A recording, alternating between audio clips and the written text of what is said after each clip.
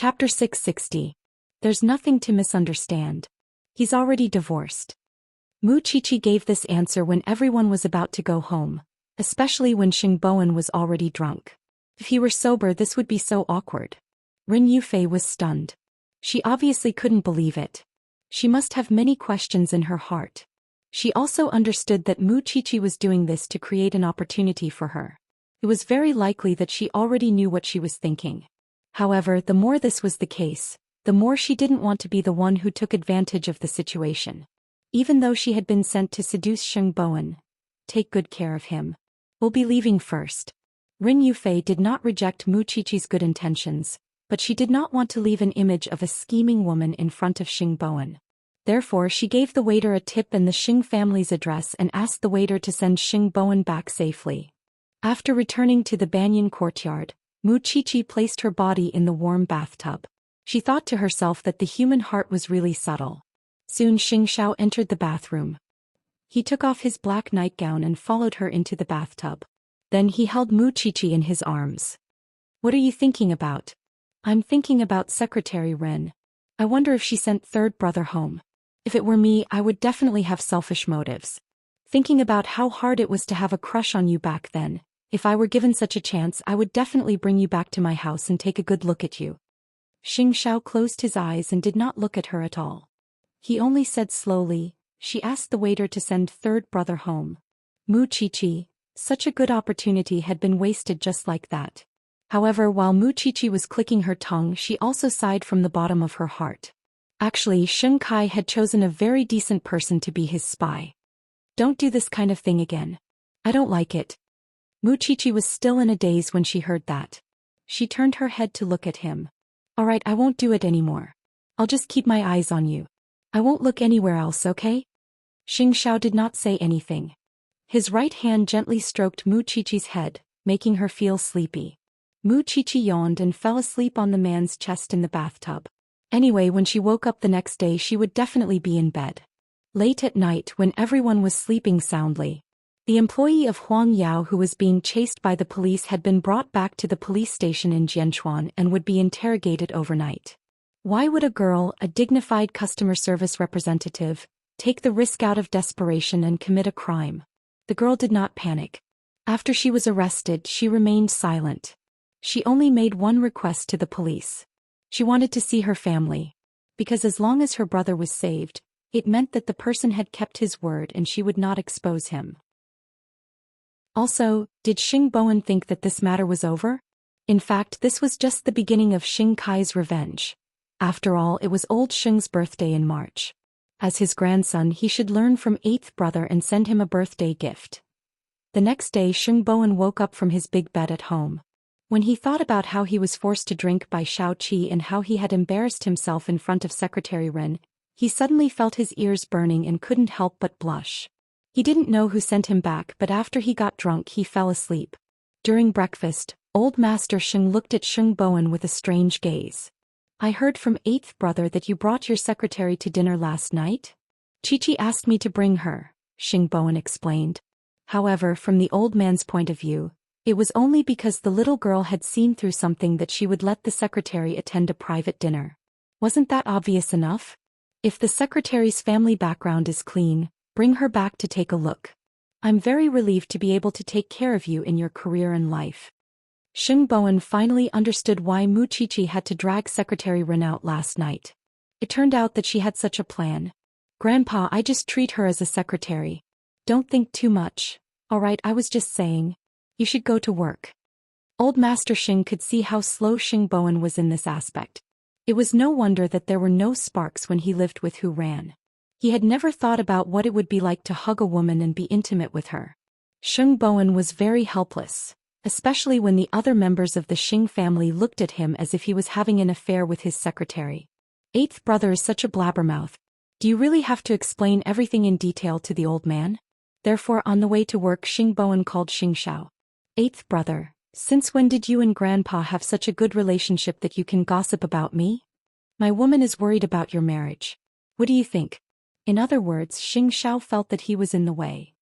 Are really black-bellied and sinister as always. Xingboan hung up the phone and went to Huang Yao. When he saw Ren Yufei, he should have been embarrassed. However, Ren Yufei pretended that nothing had happened.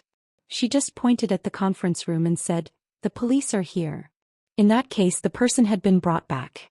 Coincidentally, he also wanted to know why there were still people who would repay kindness with enmity. Huang Yao had never treated its employees badly, especially after he took office.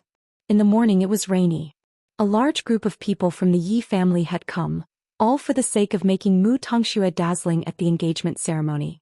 What happened in Huang Yao this time had made Mu Qiqi shine again. So, Yi Jingqing had to spend more energy and money on Mu Tongxue. He wanted to let the world know that Mu Tongxue was the noble goddess and Mu Qiqi could never be seen in public. Mama Yi sat in the living room with a gloomy face. After she was slapped by Yi Jingqing, she knew that Mu Tongxue was not as simple as she thought. So she could not act rashly. Mu Tongxue knew that she was holding back. So she was always stepping on Mama Ye's bottom line. Especially when there was no one in the living room, she deliberately put on the pigeon egg Yi Jingqing bought for her and showed it off in front of Mama Yi. "I knew it. Brother Jingqing really loves me. I said I wanted this diamond and he did everything he could to get it for me. Auntie, I really want to thank you for saving me from the slums." "Don't be too happy." Mama Yi snorted. "You should know that it's easy to get karma when one is too happy. I think this sentence is more suitable for your entire family." After that, Mu Tongxue smiled. "I'm going to ask Brother Jingqing for his shares tonight. Auntie, aren't you going to stop me?" Chapter 661. You've touched my things but you've never asked me. Mu Tongxue sneered. She raised the pigeon egg between her fingers and admired it for a while before returning to her room. Why would she care about this now? She just wanted to make this family suffer. Yi Jingqing would never let her go and she would never let him go either. So, evil people should torture each other like this. Mama Yi saw Mu Tongxue's smug expression. She could not wait to tear Mu Tongxue's mouth apart. But she knew it was exactly what Mu Tongxue wanted. He was not that stupid. However, she would never agree to let such a jinx marry into the family. Even if her son was not on her side, she still had her husband. A grand engagement ceremony? That would depend on whether it could be held smoothly. Wasn't Mu Qiqi, the little bitch's elder sister, at loggerheads with her?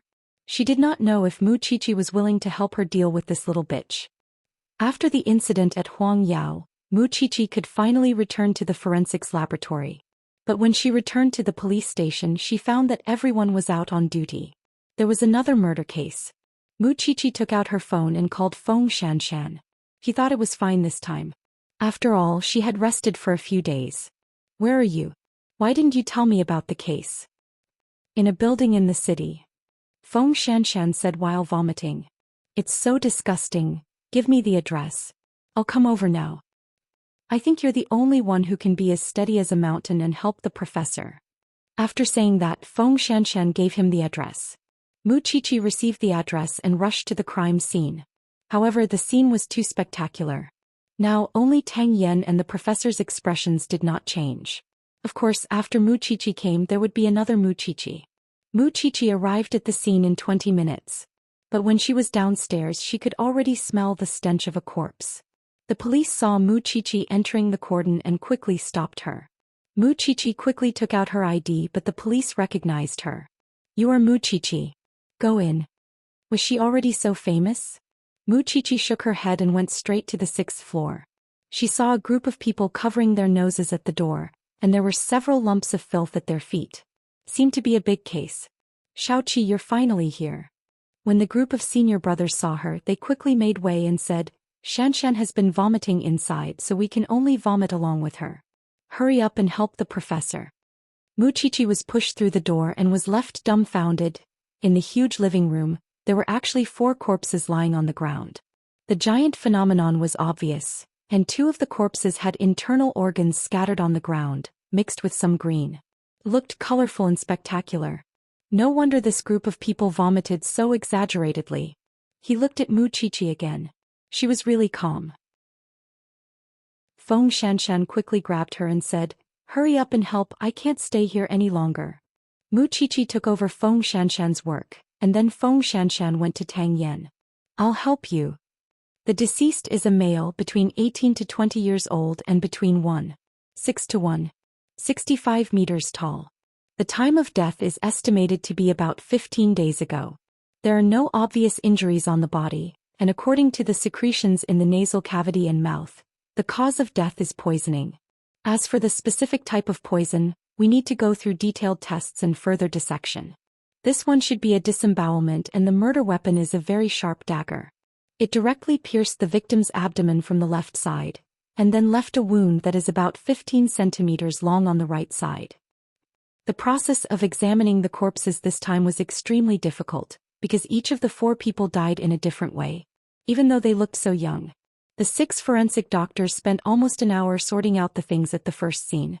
At the door, the police were questioning the informant. "Officer, I am the landlord of this house and I rented it to one of the children. But he is already 18 years old and he is working outside to earn his living expenses. This child looks quite honest. He has been living here for more than a year and there is nothing wrong with him. He pays the rent every 3 months. This time it's because I received a complaint from the neighbors. They said that there are always some strange insects climbing in front of my house, and the house is getting more and more smelly. I had no choice but to get someone to unlock the door, but I didn't expect to see such a scene. Officer, don't you think I'm wronged? Who would dare to rent this place in the future?" Mu Chichi and the others were helpless when they heard the landlord's words. After all, he was really innocent. After the forensic doctors finished their work, they returned to the police station. Because it was a major case, the police in the district felt that they could not solve the case within a time limit, so they went to the criminal investigation team and asked to take over. Tang Yen, of course, did not say anything. After all, as long as it was a case, he did not care about whether it was serious or not. The group of people rushed back to the police station. There were 4 dead bodies. This time it was really enough to make the forensic doctors busy.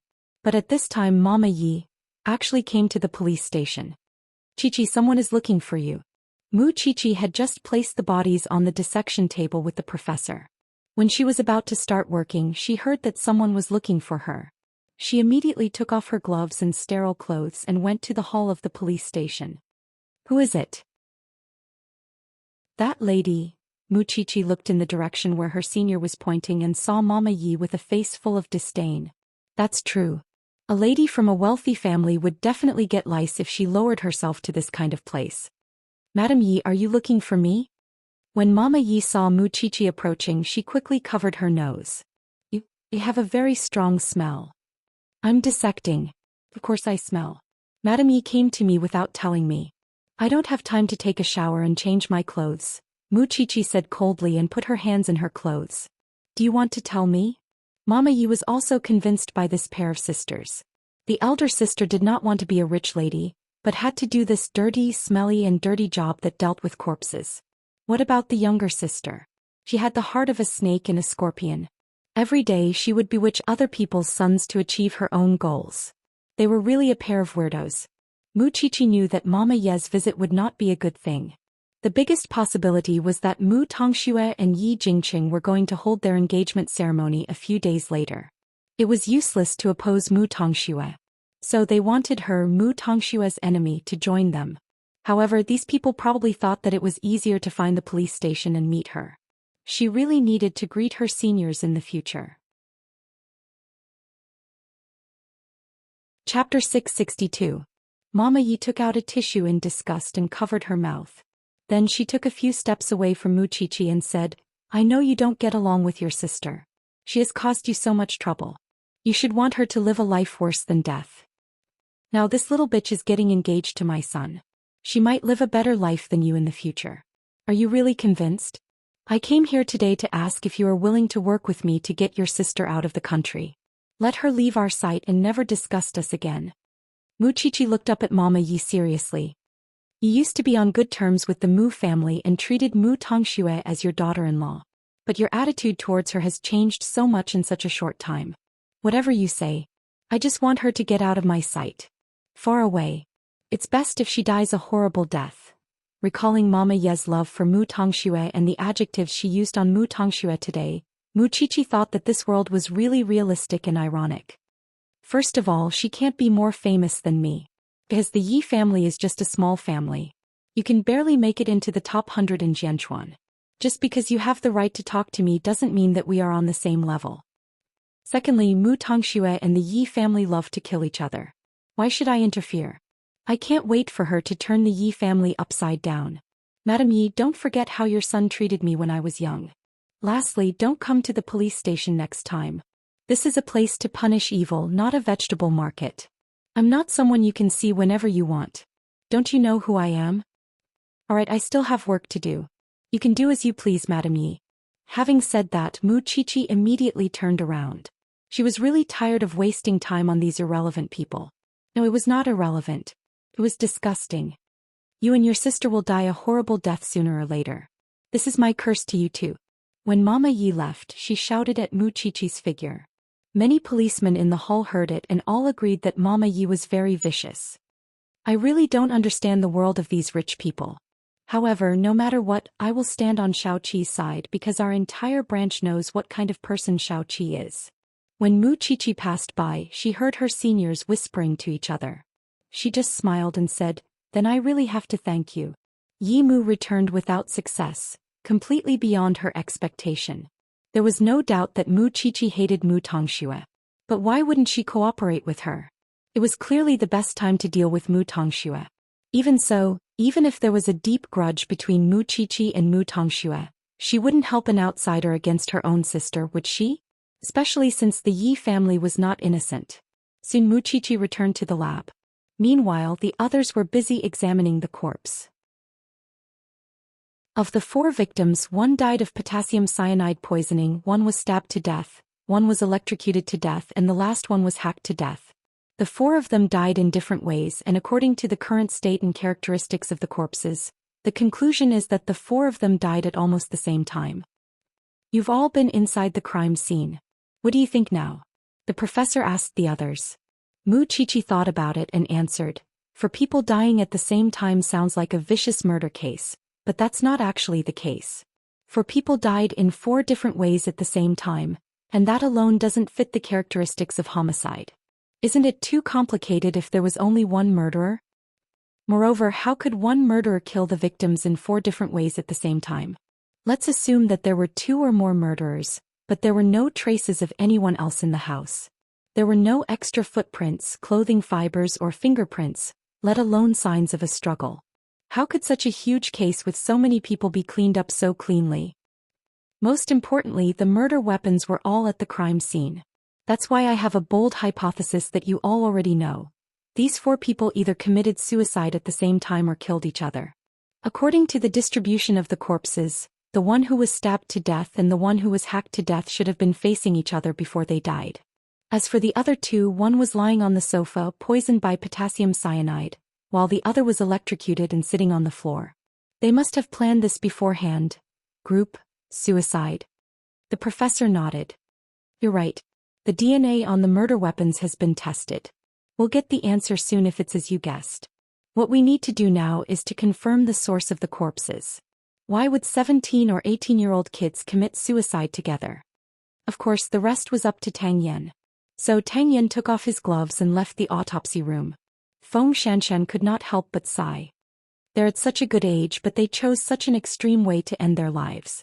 What kind of things did they go through to give them the courage to die? Who knows? Nowadays, young people's psychological endurance and ability to resist pressure are really far inferior to their predecessors.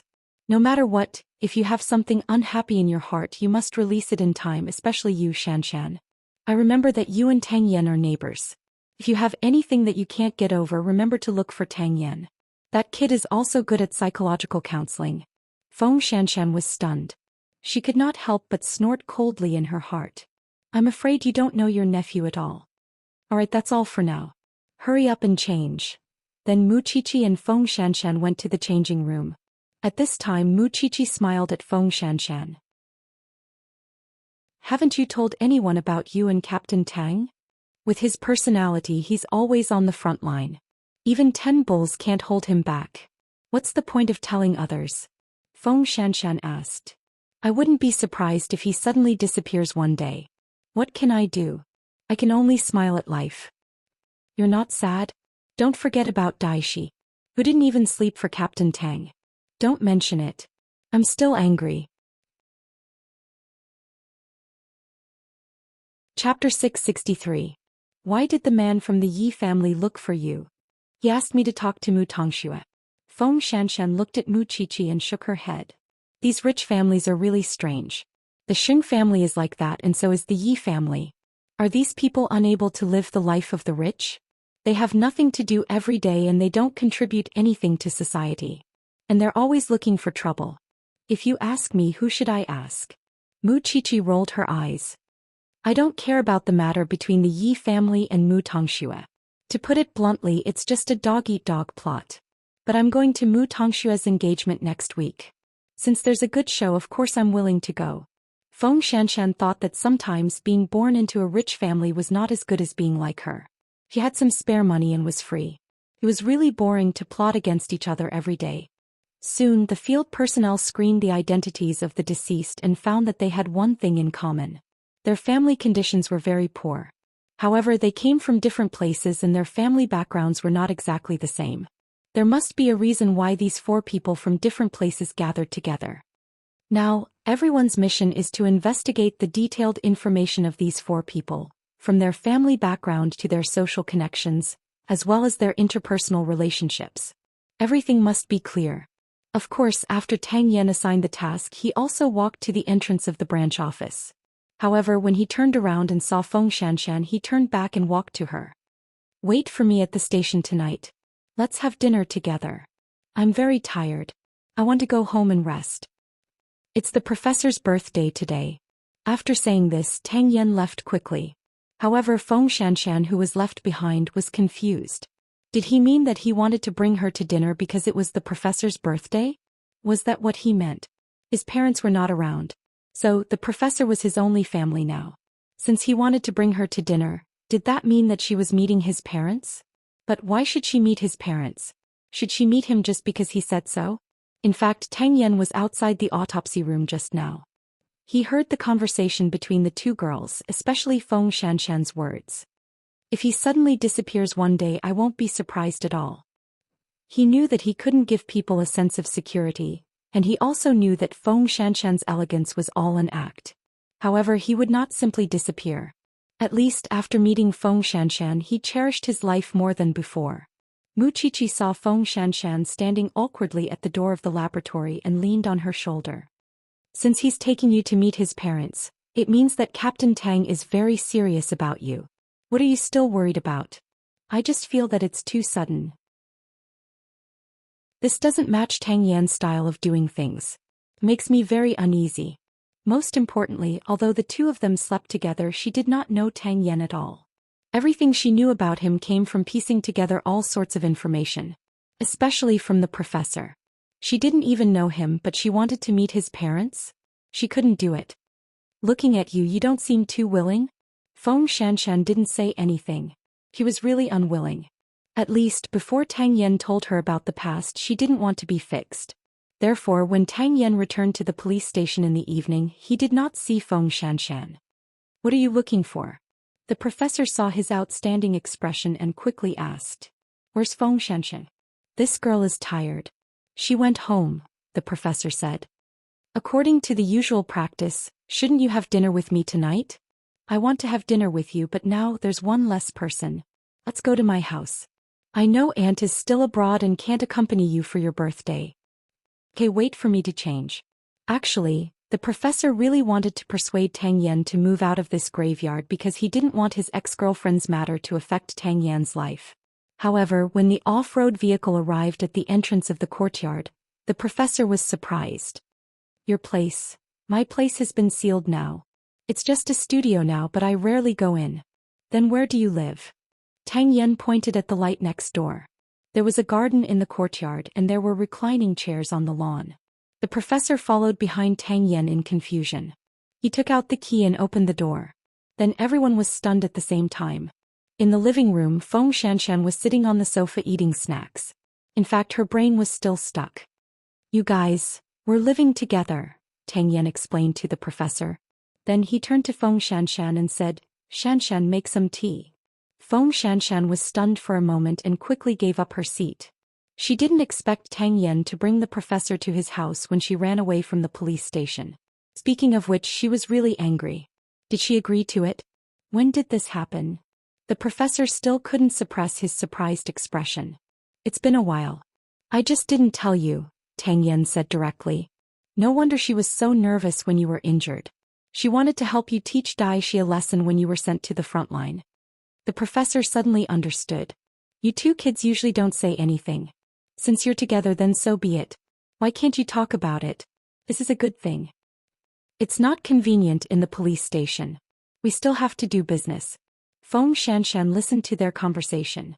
She made some tea in the kitchen and brought it to them. I know it's the professor's birthday today. Sit down first. I'll make a few dishes. You can talk while you eat. I didn't know that you're good at cooking, little girl. The professor laughed. I just know some home-cooked dishes. Feng Xianxia quickly left after saying that. Since you're already with the little girl, you should let go of the things that happened in the past. You don't have to work so hard in everything. If you get hurt like last time, who would be able to bear it? This little girl is also alone. She has no one to rely on. Don't let her worry about you every day when she just got a lover. Uncle, I'm going to get married, Tang Yan suddenly said. The professor was stunned because Tang Yan had had girlfriends before. The last one was even unforgettable. However, he had never told him so formally that he had plans to get married. When she's of age. Looks like you're tempted. Good. The professor thought about it and his eyes turned red. If your father was still alive, he would be so happy to know that you're finally getting married. Chapter 664. If you really have the determination to protect her, don't be like before, risking your life for the sake of investigating cases. Make more friends and don't be so lonely. With your ability, if it weren't for your quiet personality, you wouldn't have been a mere captain a long time ago, and you wouldn't be a third-level superintendent.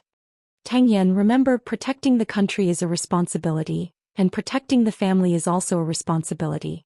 If you can't even protect your wife, how can the people of the country put their lives in your hands? Think about it yourself. While Feng Xianxia was cooking, the uncle and nephew chatted in the living room. Soon Feng Xianxia brought the food to the table. They're all very home-cooked dishes. Don't mind them, Professor. I'm lucky to be able to eat the dishes cooked by my niece-in-law. I thought I would never see this kid have a girlfriend again in my life. The professor picked up his chopsticks happily and tasted every dish. Feng Xianxia looked at Tang Yan and did not say anything. After the professor left, she would settle the score. Looks like I'll have to come here more often in the future. The professor ate very happily. He stayed in Feng Xianxia and Tang Yan's house until late at night before leaving in satisfaction. This was probably the happiest birthday he had in recent years because he finally had an answer to Tang Yan's father. However, the moment the professor left, Feng Xianxia started to make things difficult for Tang Yan. Did you get my permission to bring the professor back just like that? I thought you would be very happy with our relationship. Feng Xianxia crossed her arms and turned to look at Tang Yan. Which eye of yours sees that I'm happy? Tang Yan did not say anything. He turned around and was about to return to the bedroom. However, Feng Xianxia felt a sense of guilt as if she had bullied her little wife. So she stopped Tang Yan. When are you going to tell me about your past? I don't mind that you have countless girlfriends. I just want to know what you've been through in the past. I don't want to be forced to accept it when things happen. Tang Yan, you're willing to let me see the professor, but you're not willing to tell me about your past. Tang Yan looked up and stared into Feng Xianxia's eyes. He sighed. Sit down. When Feng Xianxia heard that Tang Yan seemed to have compromised, she quickly went around to the sofa and sat down. Let me say this first. If you feel uncomfortable after listening to me, you can't break up with me. Tang Yan also sat on the sofa. He placed his hands on his thighs and interlaced his fingers. I've been living alone since I was 10, so I became very antisocial and liked to get into fights. When I was 15 or 16, I got into a fight outside and was sent to the juvenile detention center. I was locked up for 8 months.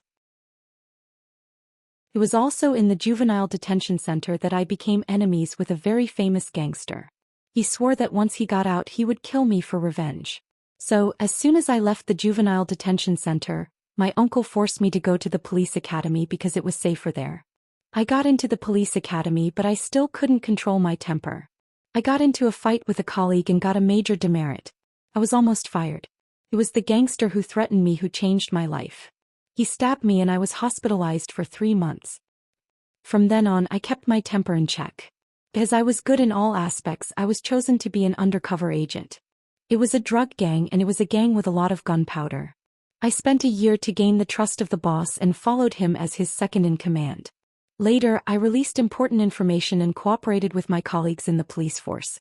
Finally, we destroyed the gang, but my identity was also leaked.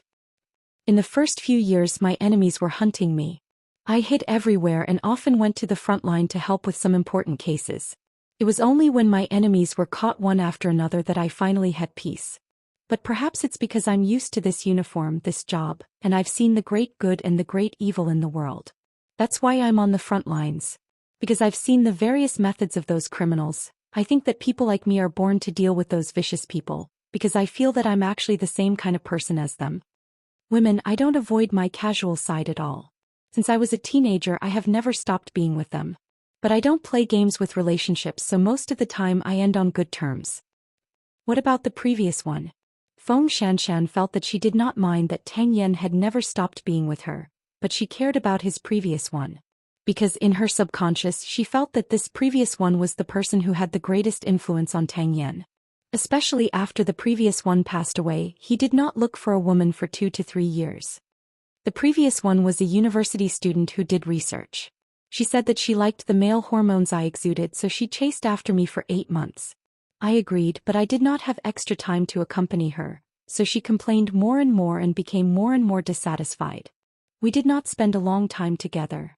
The real time we spent together was less than a month. Because I always disappeared for a few days, she could not stand it anymore and had an affair with another man. After I found out, we broke up peacefully. But later she came back to find me. Because she was seriously ill, I kept her by my side to fulfill my duty. In the end, I sent her away and found a grave to erect a tombstone for her. After that, I met you. Is she a special existence to you? Tang Yan shook his head. She's the same as before. There's no difference. Then why was there 2 years between you? Or should I say, am I also one of them? Xianxia, when you've been locked in a small dark room for a month, thrown into the mountains for 3 months without any help and fought with drug dealers every day, you'll know that as a spy your heart must be hardened. I admit that perhaps the way I look at women is no different from how I look at other things, because I feel that only life is precious in this world. But you jumped out of the stereotype of a woman and injected a few drops of fresh blood into my already dead heart. After hearing this, Xianxia was very touched. She moved her throat. Muchichi is also very special.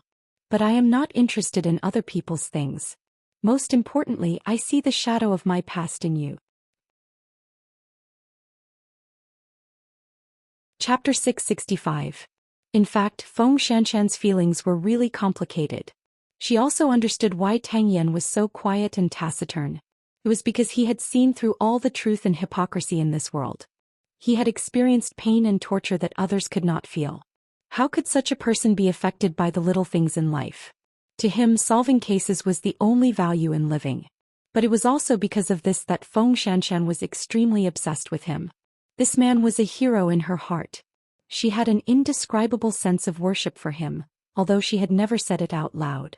However, Tang Yan had already shown her his past. What about herself? Should she continue to hide the fact that she had hid a child for that scumbag? I've already gotten the answer I want. Why should I stop? Xianxia asked Tang Yan in return. It wasn't easy for me to find a man that I'm crazy about.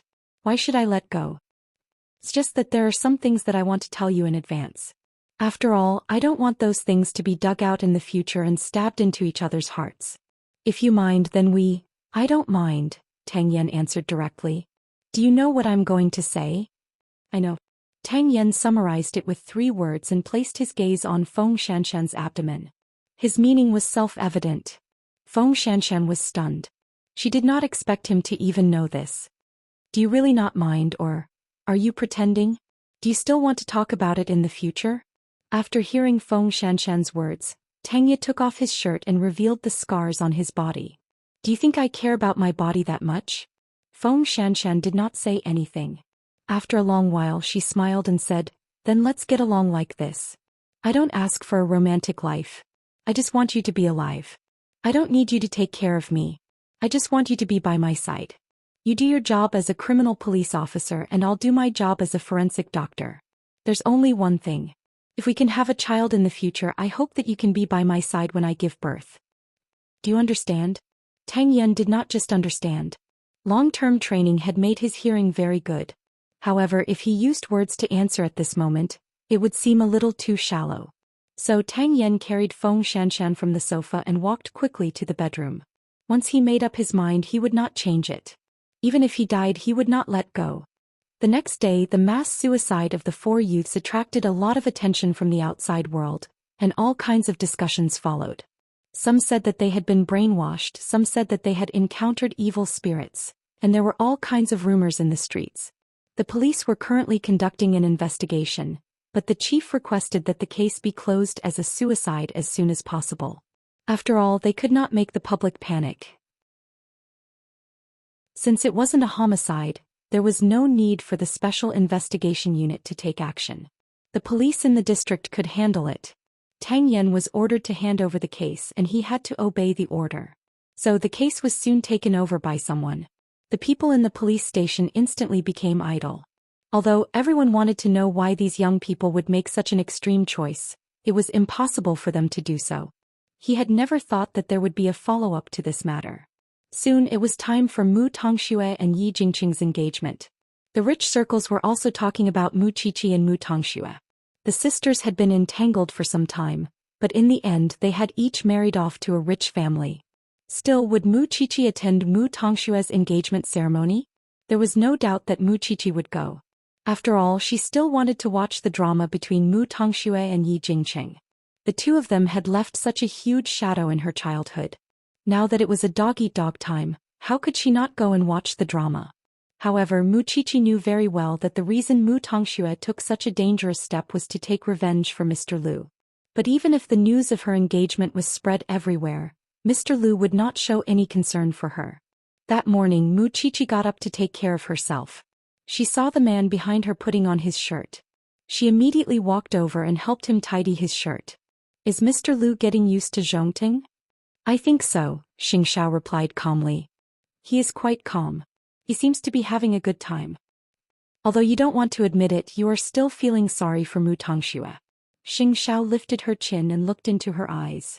Even if Mu Tongxue is so hateful and deserves to die.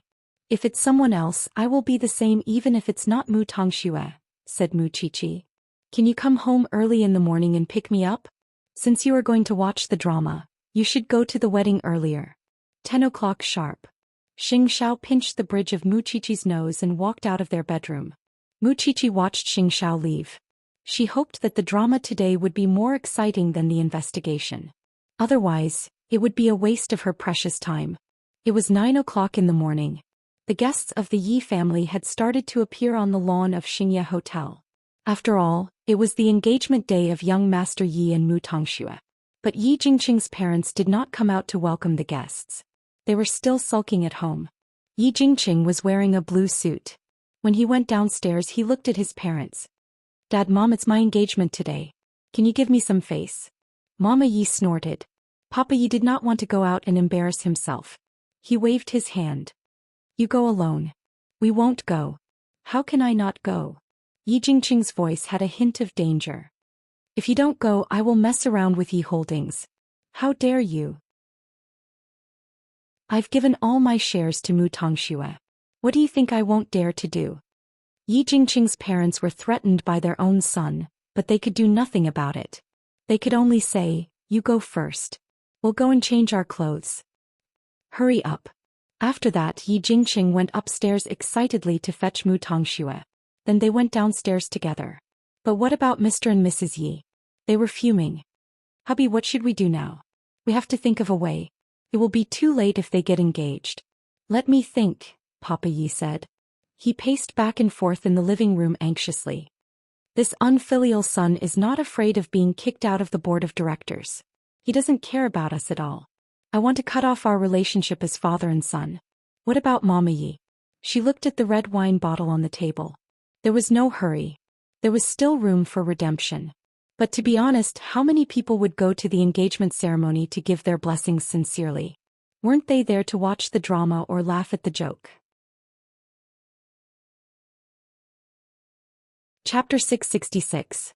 Papa Yi and Mama Yi went to their son's engagement party in ordinary attire. Mama Yi was even dressed in a solemn black outfit. It was not an exaggeration to say that she was going to attend a funeral. There was not the slightest hint of joy on the faces of the two old men. Their faces were filled with unwillingness. How was this a wedding? It was clearly a funeral. Thinking about it, Yi Jingqing was really pitiful. In this engagement banquet, other than him, the other three people probably had their own thoughts in mind. But soon, the huge lawn of the hotel was filled with guests. What surprised Yi Jingqing even more was that Mu Qiqi and Xianxia really came. Xianxia was wearing a brown coat with a gray suit underneath. He still looked like a dignified suit. Holding Mu Qiqi, who was also wearing a beige coat, they walked to Yi Jingqing. I didn't expect Chief Xing to come.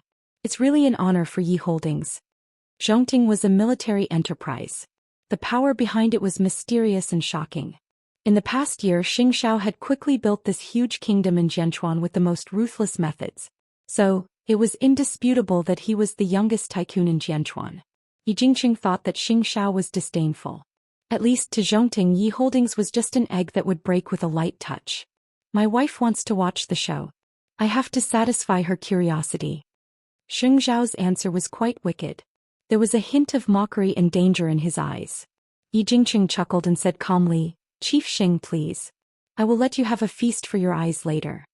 Mu Qiqi held Xianxiao's arm and looked up at Yi Jingqing. At this moment, Yi Jingqing was beaming with joy.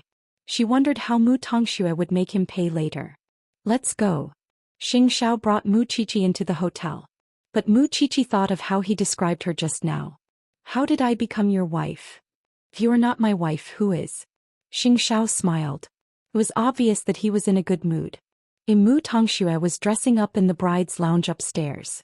It was not her turn yet, so she let the makeup artist skillfully apply makeup on her face.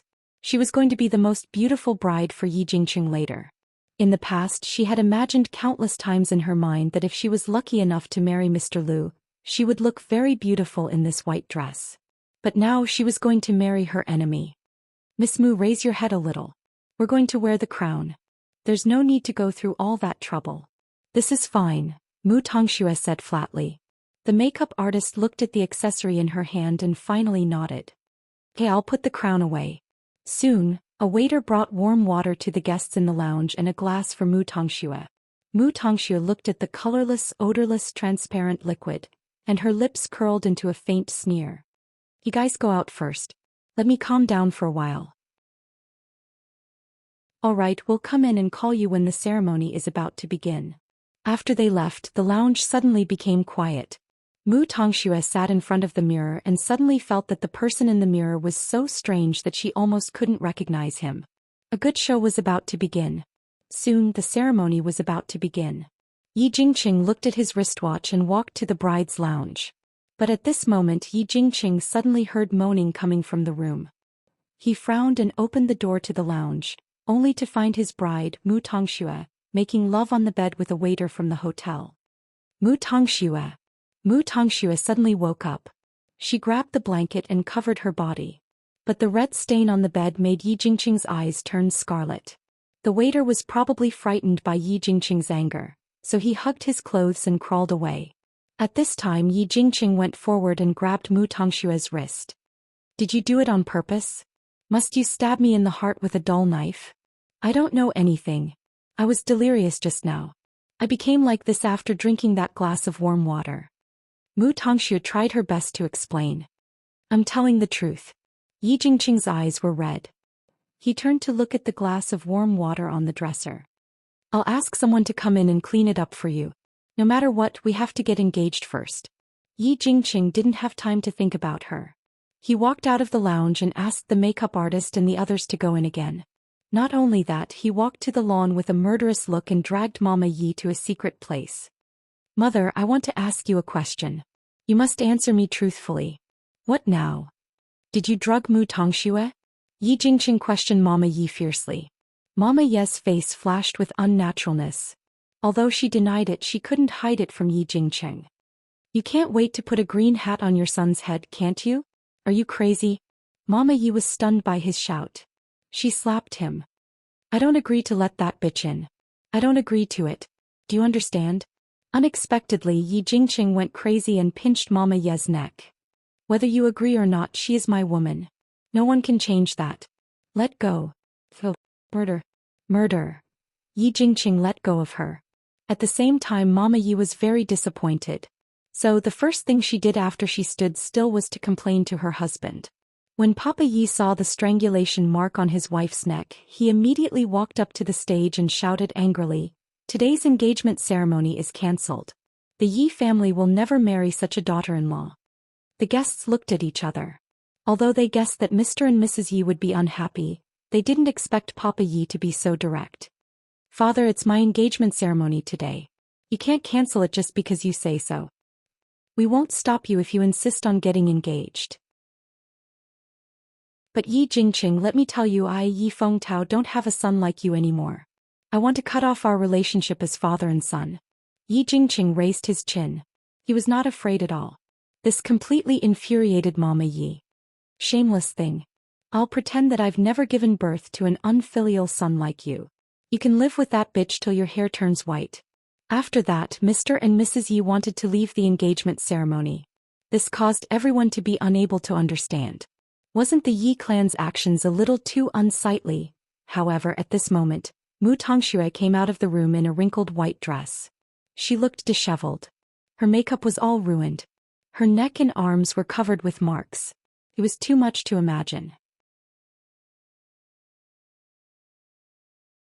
Chapter 667. Mama Yi did not expect Mu Tongxue to come out like this. She quickly said, "You bitch. Aren't you afraid of offending public decency by coming out like this? Isn't it all because of you?" Mu Tongxue splashed the cup of warm water on Mama Ye's face. "You really put in a lot of effort to stop me from marrying your son. You drugged me and gave me a man.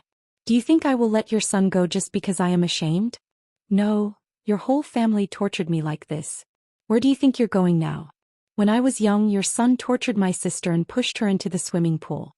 When I grew up, your son refused to marry anyone but me and kept me by his side.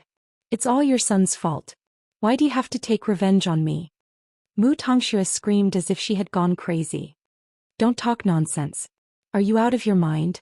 Mu Tongxue walked to the center of the stage with her arms bare. Then she stood in front of Yi Jingqing. "In order to get me, you threatened me with Mr. Lu's life. I compromised. I'm willing to marry you. But why didn't you control your mother? Why did you let me suffer so much? Are the Yi family all devils? Yi Jingqing, how can I marry you after your mother made me like this? But I've already asked the people at the hotel, and they found out that your mother was the one who drugged me. I, Mu Tongxue, was humiliated 1,000 times in front of the Yi family." Tongxue. Yi Jingqing's heart ached. "I didn't know it would become like this. You don't know what you can't do to get me? Now the whole world knows that I had sex with another man before I got engaged to you. Are you going to keep wearing me like a broken shoe?" Yi Jingqing reached out his hand. But he felt ashamed to grab Mu Tongxue. Because it was Mama Yi who did it. It was the person closest to him who did it. "What I gave you is the drug that caused you to be in a coma. It's not a drug that makes you seduce men. You are debauched. What excuse do you find to slander me?" At this moment, Yi Mu finally couldn't bear to roar out. That being said, it also confirmed that she had drugged Mu Tongxue. "You admit that you drugged me. That's good." Mu Tongxue laughed miserably. "Yi Jingqing, even if you still have the face to ask me to marry you, I will never marry you again. Because your whole family is full of scum. Scum through and through." In the end, Yi Jingqing reached out and grabbed Mu Tongxue, but she quickly dodged his hand.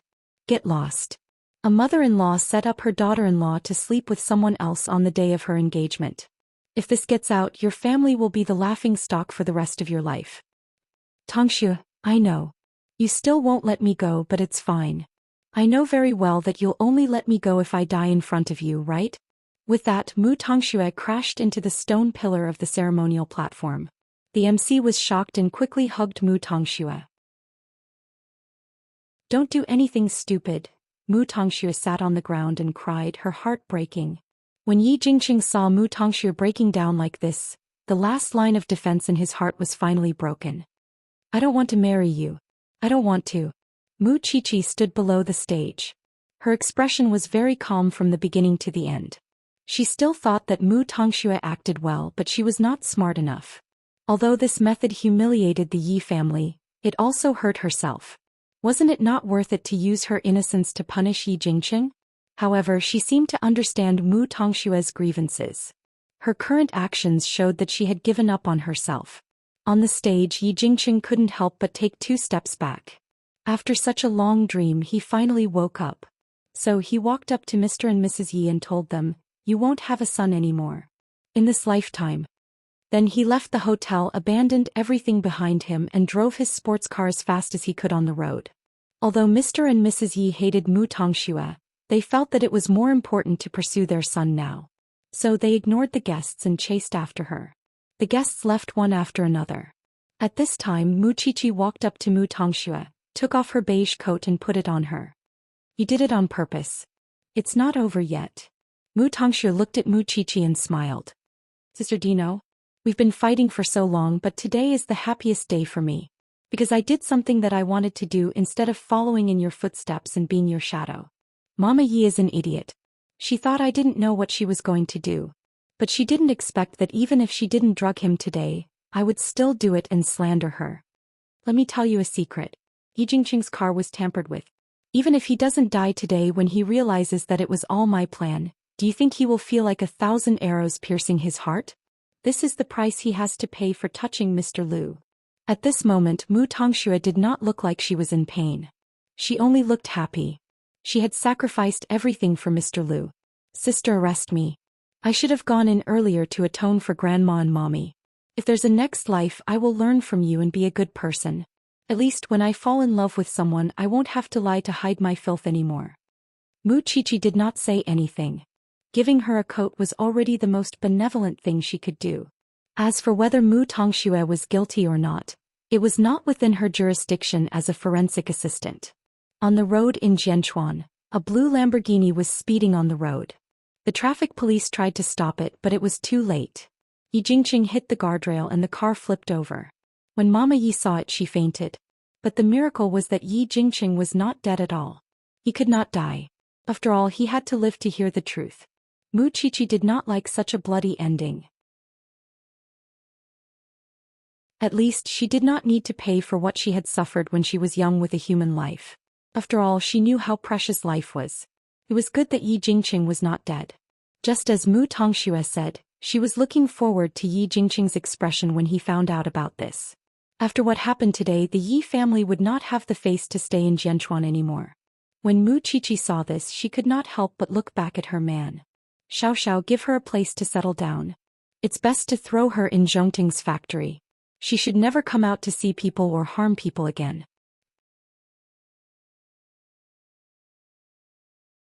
Chapter 668. Yi Jingqing's left hand had a comminuted fracture, and his brain had a slight concussion. In addition, he had all sorts of external injuries. If he wanted to fully recover, he would have to stay in bed for at least a month.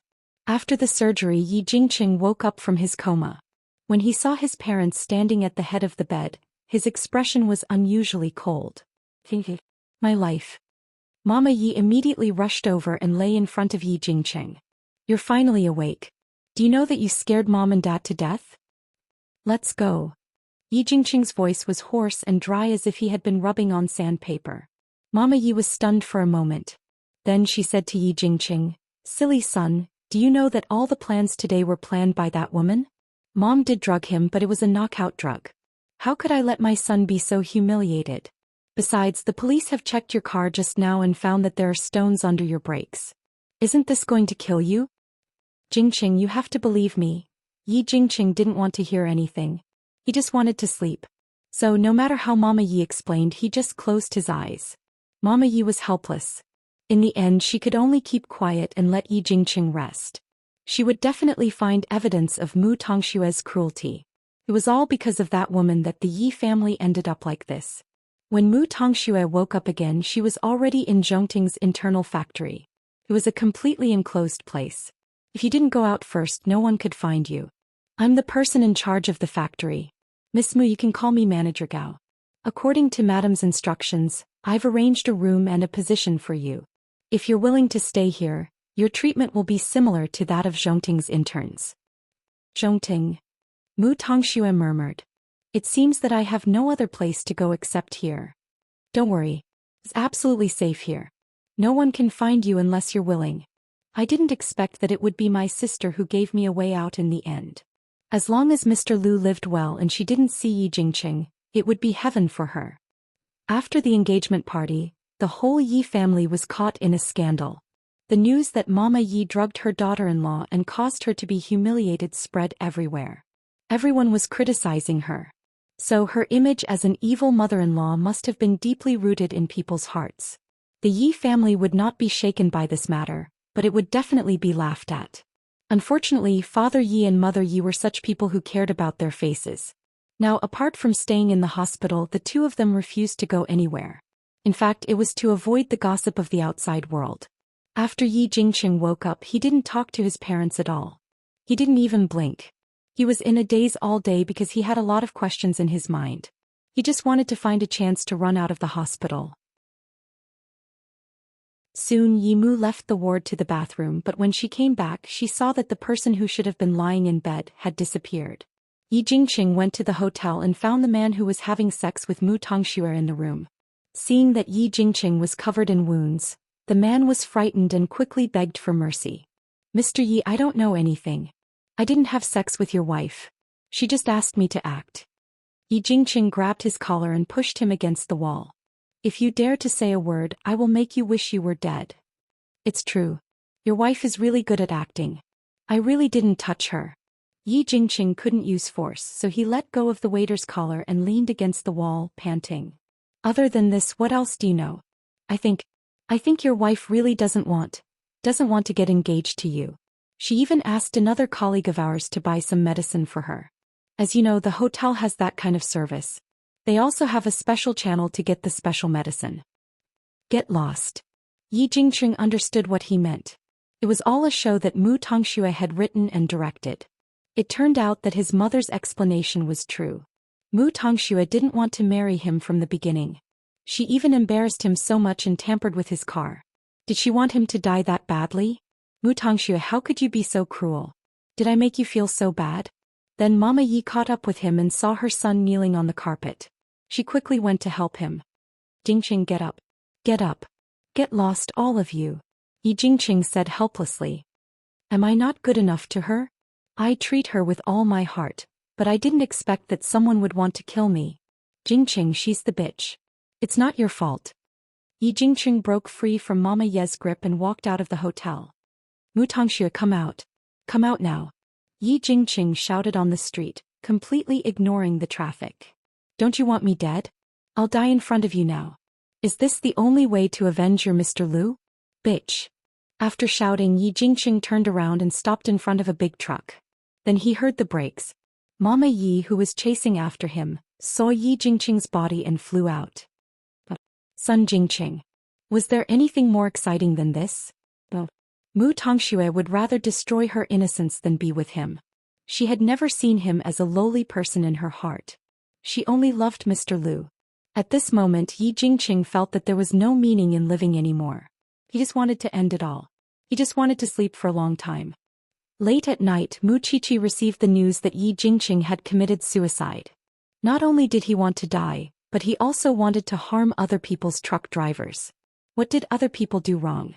Mu Qiqi had no pity for people like Yi Jingqing. He was a scumbag who did not deserve anyone's pity. But maybe he was lucky or something else, he did not die. But his limbs were broken. Even if he recovered, he would be disabled for life. Maybe it was because she saw the news on the news. Although the news was very subtle, it said that a man surnamed Yi committed suicide for love and endangered traffic safety. However, when she saw him a few days ago, he was still arrogant and haughty. So, Feng Shanshan said to Tang Yan while drinking milk, Mu Qiqi's sister is really capable. Is this your attitude towards this matter? Tang Yan asked Feng Shanshan as he tidied up the coffee table. I know you respect life, but this scumbag really doesn't deserve any pity. Love can't be forced. It's fine if it was a normal woman, but she dared to mess with a drama queen. She deserved it. Tang Yan glanced at her and did not say anything. He just let her be. In fact, this matter, at the end of the day, was about the mutual affection between women. Chapter 669. Do you have something to say to me? Although Tang Yan could not get to Feng Shanshan's heart, he knew the general direction. When this person needed someone's help, he would definitely smile mischievously. Of course, he did not know that Feng Shanshan and Mu Qiqi were very similar in this aspect. Feng Shanshan lowered her head and drew circles on his muscular chest. Aren't you a boxing champion?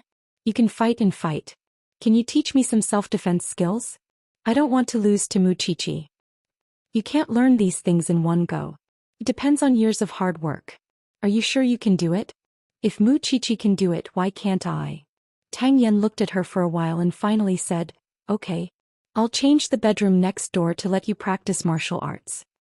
In the police station you always pretend that you don't know me and I don't get any special privileges. So, I want you to teach me martial arts. That should be a special expression of mine in your heart, right? Yes. It was rare for Tang Yan to be so easy to talk to. Feng Shanshan was very satisfied. It was all thanks to their open talk. Feng Shanshan was a very easy person to satisfy.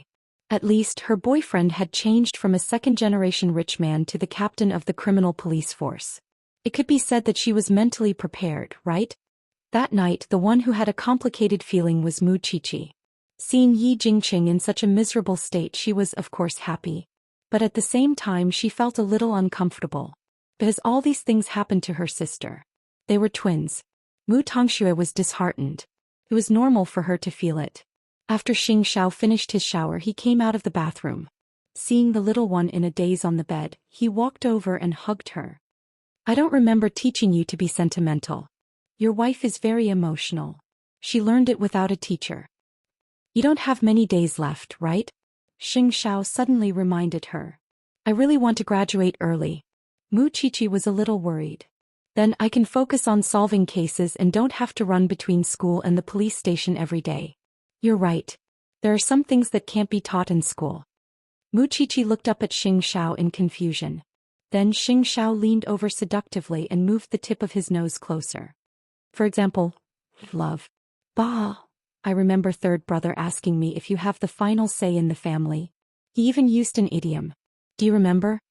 Mu Qiqi lowered her head and thought for 2 seconds. Then her face turned red. Let's try it tonight? Up and down. That was not a problem, but Mu Qiqi was considering that her waist was not strong enough. The next day Mu Qiqi was still sleeping when she heard her phone ringing. Having tormented the man for most of the night, Xing Xiao picked up Mu Qiqi's phone and walked to the window to answer a call.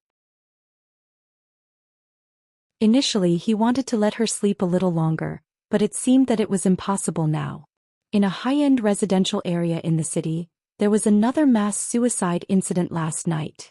Hearing this, Mu Qiqi naturally opened her eyes and propped herself up. Clean up and have breakfast. I'll send you to the crime scene. Who still remembers the condition of young Master Yi who was lying in a pool of blood yesterday? This page should be flipped over so decisively. Mu Qiqi believed that with Mu Tongxue's disappearance, Yi Jingqing would not do anything for the time being. Because he could not afford to be hurt. Soon Xing Xiao sent Mu Qiqi to a high-end residential area in the city. This time for people died again. But the way they committed suicide was slightly different from the previous ones. Because Tang Yan and the others had arrived earlier, they had a clear understanding of the case. When he saw the car that Xing Xiao used to send Mu Qiqi to work, he put down his white gloves and walked over. I haven't officially greeted you, Tang Yan. Xing Xiao looked at Tang Yan from the driver's seat and extended his hand. I've heard a lot about you. If you have time we can have a good chat. After all, there are employees of Zhongting among the people who died today. Xing Xiao's eyes instantly looked up, his deep eyes flashing with a dangerous glint. If you need Zhongting's help in the investigation, just let me know. Just one thing. Please take care of my people, Captain Tang. Who can compete with your influence in Jianchuan, Chief Sheng? Tang Yan's words sounded a little sarcastic, but Xing Xiao did not mind it. No one can compete with me. But the employees are still dead. If you have any questions, look for my secretary. Zhongting will assist in the investigation. After saying this, Xing Xiao glanced at Mu Qiqi. That heartless little thing actually did not look back at all. Then Xing Xiao reversed the car and left the high-end residential area where the crime happened. Tang Yan's eyes told Xing Xiao that there was a story behind him. Xing Xiao knew that this person was someone important. If he really wanted to ensure the little thing's safety, he had to maintain a good relationship with this person. At this moment, Mu Qiqi felt a headache at the crime scene. She really did not expect that there would be employees of Zhongting among them. If this matter were to spread, it would definitely cause rumors again. Previously, the other branch offices had closed the case as suicide and completely ignored the suspicions of Tang Yan and the others. Now that someone had died, they knew that the matter could not be hidden anymore. Someone needed to take the blame. So wasn't the blame still on the Special Investigations team? Just like last time, the 4 victims are all men between the ages of 18 to 20. They died almost at the same time. One of them had his throat cut, one took poison, and the other 2 were strangled to death while the other was stabbed to death. From the results of the investigation at the scene, there are no traces of other people, so we rule out the possibility of others committing the crime. These children committed suicide again. They're so young. By the way, one of the children has a very special identity. He just passed the probation period of Zhongting and became an official employee. As for the others, we'll have to investigate them thoroughly. Are we going to close the case as suicide this time? The professor raised his head and looked at Tang Yan. I'll report it now and apply to close the case.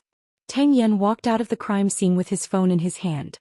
His tone was rather sarcastic. Mu Qiqi looked at these young children and felt a little uncomfortable.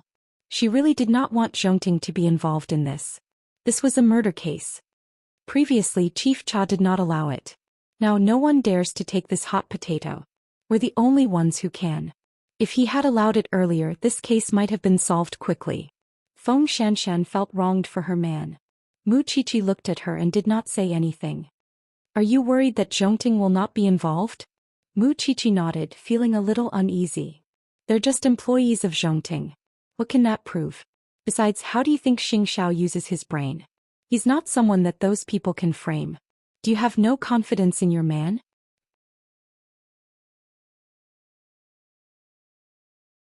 Chapter 670.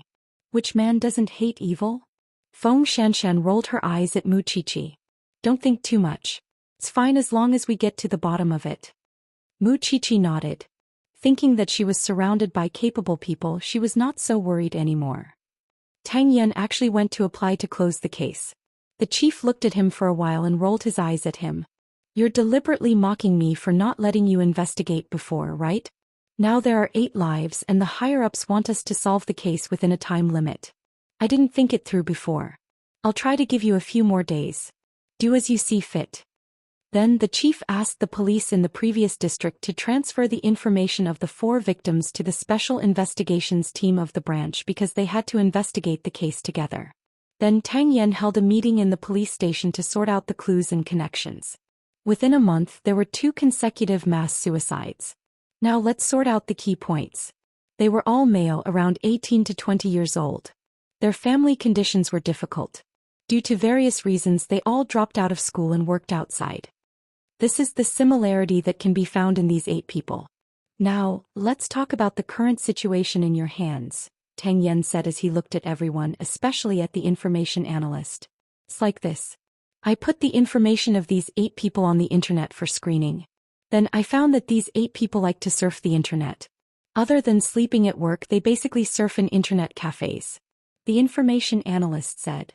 If there must be a medium to gather the 8 people together and make them agree and reach a certain understanding, the only way is to surf the internet. The forensics department, 8 people. 4 of them killed each other and the other 4 committed suicide. Their methods were crude and they were indeed aiming for death. So there's nothing special about them. Of course, I've given a detailed description of all the murder weapons, including the bayonet, electric shock stick, and potassium cyanide. This should help you find the source of the murder weapons, the professor explained. Tang Yan nodded. It seemed that they really could not rely on the forensics department for this case. The only thing we can do is to find out if there are any similarities between these 8 corpses. Mu Qiqi, what do you think? Tang Yan looked at Mu Qiqi after hearing the professor's words. For people in a group, 2 people kill each other and 2 people commit suicide. Seems to be some kind of fixed procedure. Don't you think this is some kind of ritual or some kind of game? I think the key lies in what these 8 people read on the internet before they died. I think that if we do a cross-screening, we should be able to get some answers we want. Tang Yan nodded and looked at Feng Xianxian.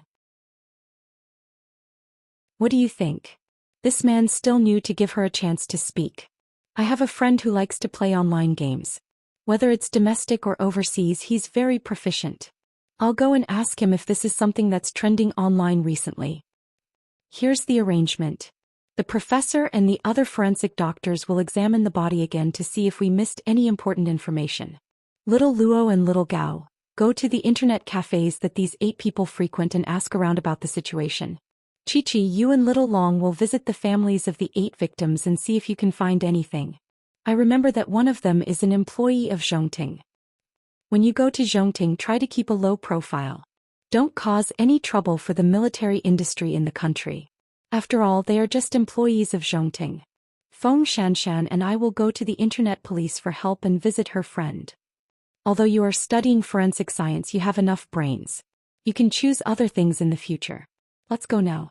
Tang Yan's words made Mu Qiqi and Feng Xianxian look at each other. It turned out that this man knew how to use his power for personal gain. He still knew how to get some benefits for himself. Soon the team split up. Still, Mu Qiqi was feeling rather conflicted. Contact me if there's any news, Feng Xianxian said to Mu Qiqi when she got into Tang Yan's car. Mu Qiqi nodded and got into another police car. You usually avoid going with me. What's wrong today? Feng Xianxian sat in the passenger seat and could not help but ask Tang Yan. I have a feeling that your friend might really be able to provide important clues, Tang Yan answered as he drove. However, the sun was too strong. He was too lazy to do it himself, so he said to Feng Xianxian, sunglasses. Feng Xianxian rolled her eyes and did not argue with him. Since they were outside, she would listen to him.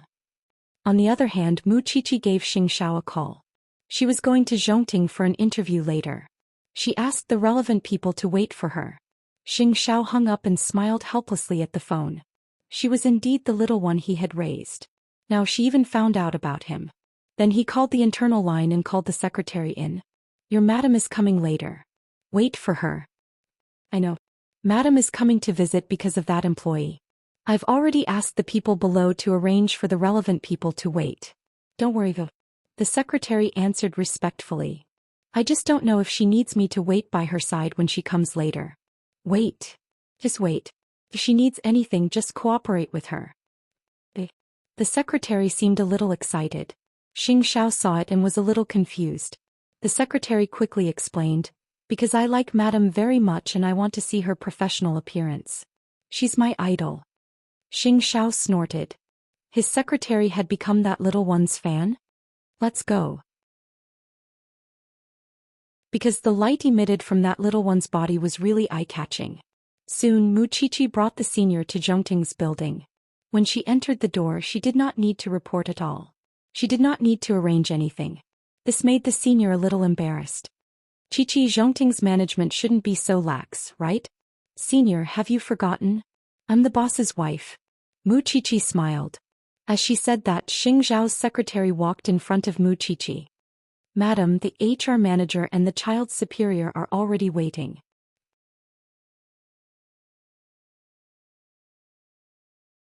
Chapter 671. Soon, the secretary brought the 2 of them into the conference room, where the HR manager and another person in charge were already sitting. The 2 of them only knew that the police would come to question them, but they did not know that it was their wife. The HR manager immediately understood the identity of the person who came. The victim's boss, on the other hand, was not particularly familiar with Mu Qiqi's identity because he had been in the factory for a long time. Madam, this is the child's resume. The HR manager handed the information to Mu Qiqi. This child's name is Luo Mingxian. He's 20 years old and has just worked in Zhongting for 3 months. He has passed the internship period. 2 days ago, his superior just gave him a report to be promoted. We know all this. I want to know something else. So Mu Qiqi turned her gaze to Luo Mingxuan's boss. Officer, I'm the technician in charge of Luo Mingxuan's training. My surname is Lin. The man was only in his early 30s. He was mature and steady. His answers were logical and direct. This child graduated from an advanced technical school. Otherwise, according to Zhongting's recruitment standards, he would not be qualified to join. He's an honest person. Other than going to work, he's playing with his computer in the dormitory. His social circle is very small. Most of the time he goes to and from work with me. He doesn't have any bad habits. He came from a poor family. It was his uncle who helped him out so he could study. I heard from him that his parents divorced when he was very young and went their separate ways. His grandmother has cerebral palsy and his grandfather is a gambler. So, all these years he has been working hard to break away from his original family. Other than these, did you notice anything different about him from others, Mr. Lin? Muqiqi looked at him very seriously. This was completely different from how Muqiqi usually appeared in Zhongting. Hence, the secretary could not take her eyes off Muqiqi. It's quite normal. He just doesn't like others touching his computer. I think it's personal privacy, so it's nothing special. He has a day off at the end of every week. Sometimes he goes out, but I don't know who he meets. Is his computer still there? Muqiqi asked. The night before his accident, his computer was broken, so he told me that he was going out to fix it. Early the next morning, he left and took the computer away. Mr. Lin, please inform his family. If the police have any other questions, we will come and ask them again, Muqiqi said to Mr. Lin. Okay, no problem. The other party nodded very cooperatively. If there's nothing else, I'll go back to the factory. With that he stood up. Muqiqi caught a glimpse of his hand and furrowed her brow. So before he left the room she asked, Mr. Lin, you must have been working as a technician for many years, right? Yes, it's been 11 years. It's fine. I'll look for you if I need anything. Muqiqi did not tell him why she was asking. He waited until they were far away before asking the HR manager. Where did he work before he came to Zhongting? The HR manager thought for a moment and replied, I'm a veteran in the military enterprise. Why do you ask? What kind of technology would require the use of wrist joints? Isn't it strange to have a callous scar on that area? Muqiqi looked at her wrist and said. Then she turned around and asked the cute secretary, Sister, how long have you been a secretary? 8 years. Do you use the computer often? Of course, the secretary replied. Then please raise your hand. The secretary did as she was told and showed Muqiqi the condition of her wrist joints. 8 years of use had only caused a slight callus scar on her wrist joints. How bad would it be to have calluses like Mr. Lin's? Chichi, what do you suspect? Senior Long asked. I suspect that he's also an old internet addict, Muqiqi replied. Of course, I just don't want to miss any information related to Luo Mingxian.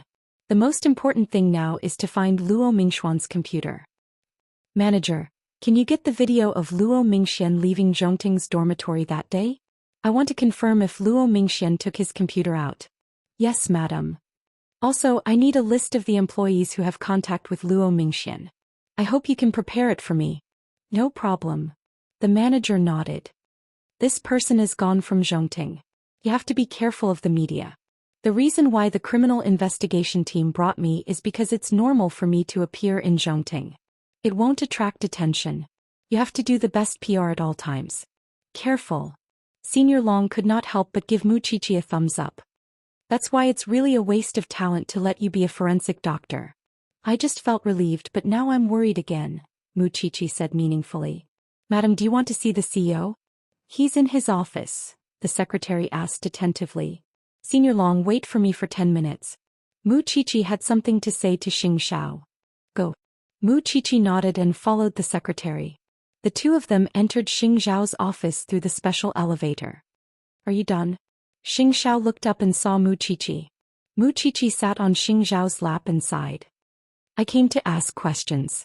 I thought it was just a routine inquiry. This matter has nothing to do with Zhongting. But now I don't think it's that simple. What's the problem? The problem lies with Luo Mingxuan's superior, Mr. Lin. When I asked him about things related to Luo Mingxian, his answer was indeed watertight and there was nothing suspicious about it. However, he did not tell me that he also likes to surf the internet and that he is addicted to it. This deliberate avoidance makes me feel uncomfortable. I think he knows the inside story. That's why he deliberately avoided it. Xianxia saw Muqiqi's serious look and pinched her nose. Forensic Dr. Mu is really observant. Dorigo. I'll arrange the rest of the things you want to do. You know me well. Muqiqi reached out and hugged Xianxia. Xiao Zhongting has just been established. I know your evaluation system is very strict. But don't ignore the impossible just because you are strict. I don't want Zhongting to be humiliated because of this. You little thing. How old are you and you already want to protect me, huh?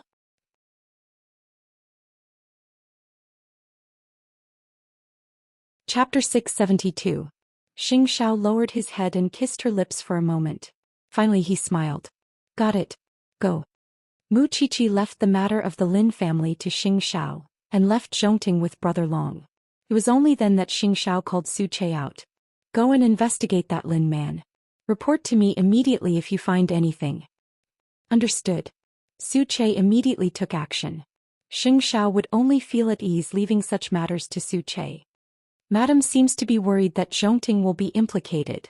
After Mu Qiqi left, the secretary said to Xianxia, they probably don't want the president to get involved in this mess.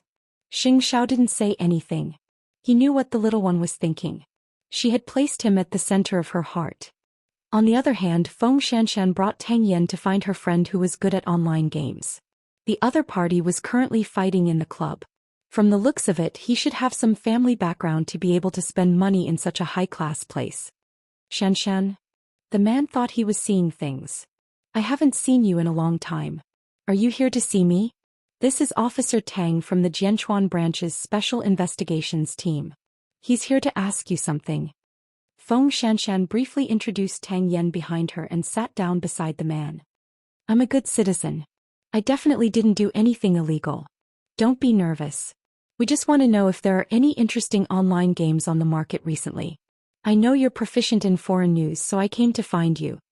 Feng Xianxian immediately explained. Oh, then what kind of games do you want to know? As you know, there are many types of games. There are puzzle games, training games, and competitive games. Are there any types of games that require 4 people to form a team and have their characters enter the game or roleplay? Let me think about it. Are there any other details? The man with the crew cut asked. This shouldn't be called an online game, right? 2 people committed suicide, 2 people killed each other. The other party shook his head. Is there such a perverted game? I've never heard of it. Can't be a popular game right now. Otherwise I would definitely know of it. Feng Xianxian sighed and patted him on the shoulder. Alright, thank you. It's fine now. Continue playing.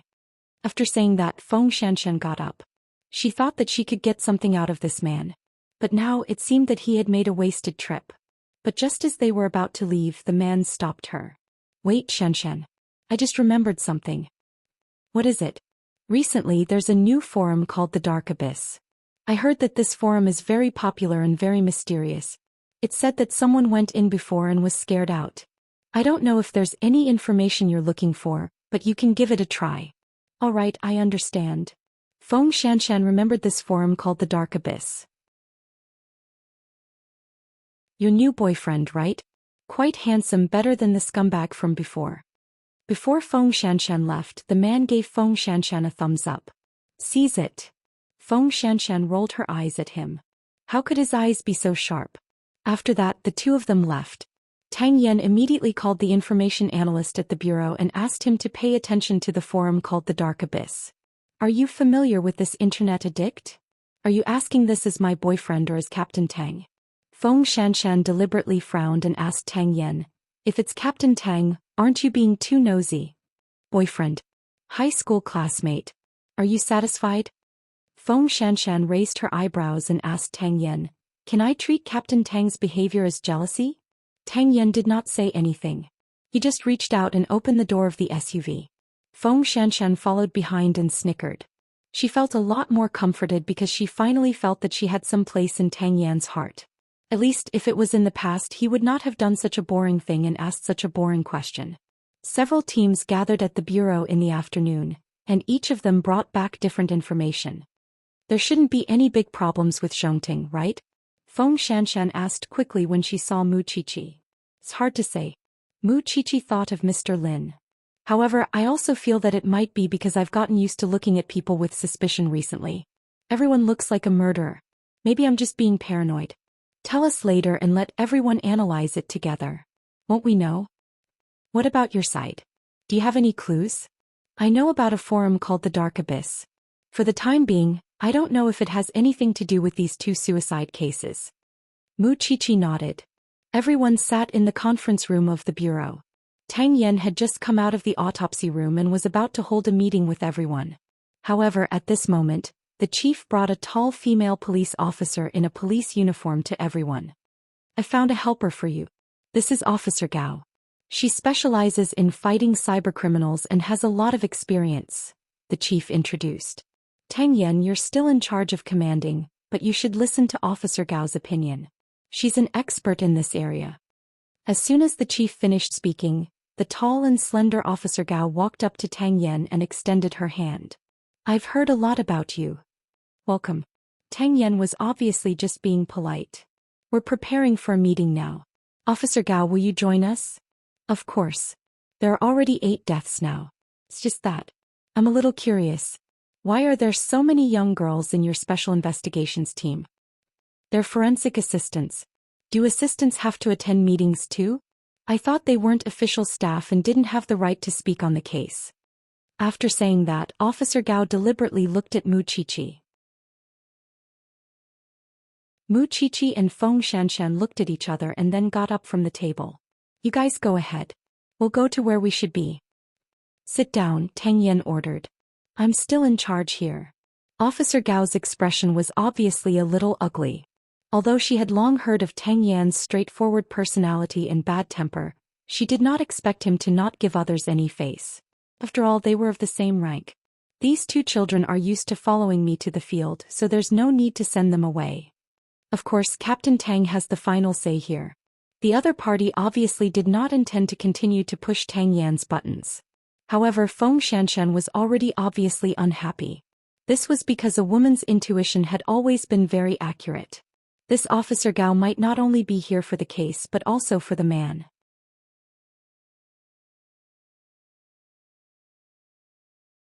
Chapter 673. Now tell me about your findings, Qiqi.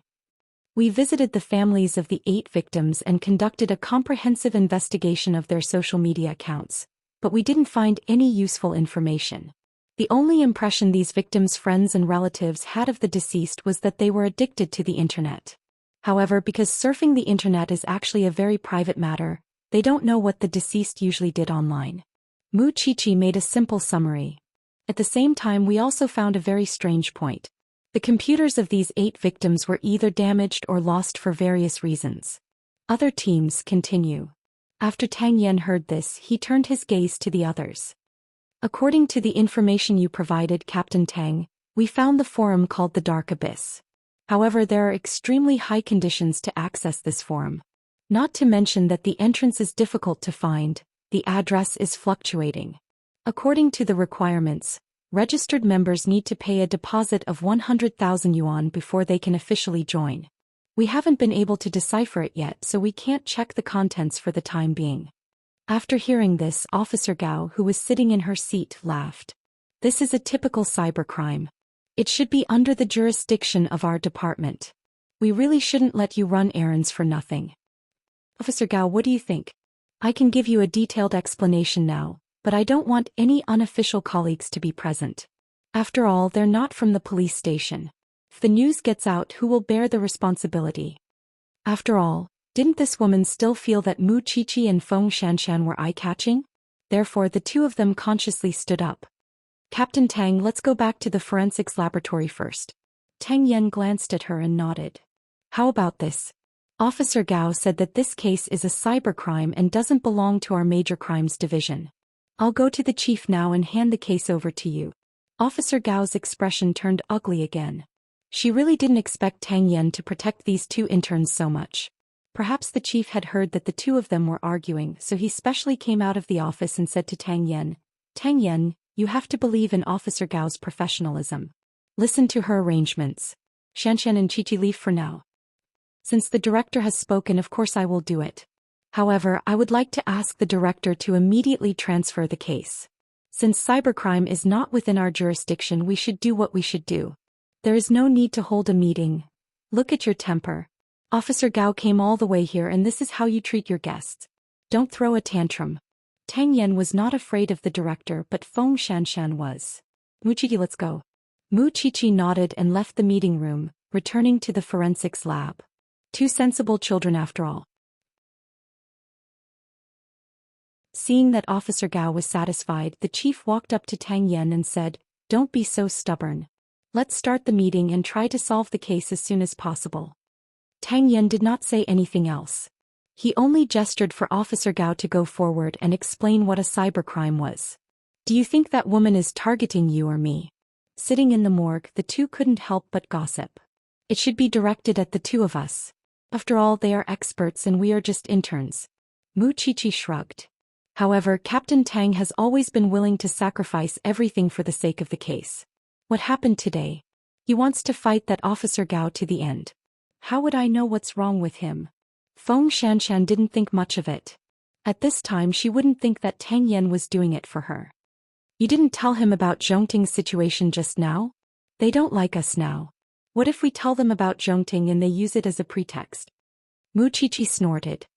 "Moreover, it's just my guess. There's no real evidence." "You're right." The two of them waited in the forensics lab. However, not long after, the professor returned to the lab helplessly. "How is it, Professor?" "Only an information analyst can keep up with what Officer Gao said. How can people like us who don't understand computers understand?" "I think that kid Tang Yen is going to have a headache," the professor explained. So he went to the director's office again and asked to transfer the case. This really doesn't match that kid's character. In the past, if he encountered such a situation, he would definitely work hard and learn those things that he doesn't know. I don't know why, but this time he's not enthusiastic at all. Is it possible that he's taking revenge on the director? Look, when the first 4 victims committed suicide, the director didn't allow us to investigate. Now that the situation is serious, he asked Captain Tang to solve the case within a time limit. Instead, he's not in a hurry. Mu Qiqi thought of this possibility. Who knows what he's thinking? Although Mu Qiqi also wanted to solve the case, she wanted to hear that this matter had nothing to do with Zhongting. Therefore, no matter what Tang Yen decided, she would tell Tang Yen her findings in private. The few of them argued in the director's office until their faces were red. In the end, the director asked Tang Yen to calm down for half an hour before going back to tell him the answer. Feng Xianxian and Mu Qiqi didn't know what happened in the office. The two of them packed their things. After all, they were interns. Since there was nothing for them to do, of course they had to get off work and go home. However, when she went to the bathroom, Feng Xianxian saw Officer Gao fixing her makeup in the bathroom. Although she was unhappy, she still greeted her respectfully. "Officer Gao." After combing her hair, she turned around and looked at Feng Xianxian. "You and the other child admire Tang Yen a lot, don't you? Officer Gao, you should have heard that Mu Qiqi is Xing Zhao's woman, right?" Feng Xianxian explained. "What about you?" Feng Xianxian didn't answer Officer Gao's question, but she smiled. "I've known Tang Yen since I was in the police academy. After so many years, I've been thinking about him because I feel that men should be like him. Now that I think about it, it's been almost 10 years.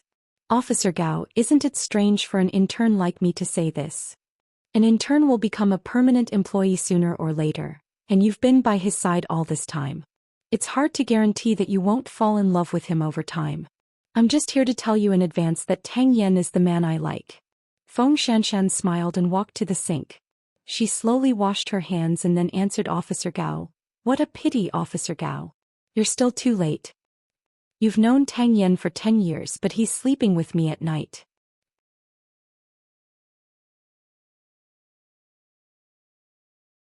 Chapter 674.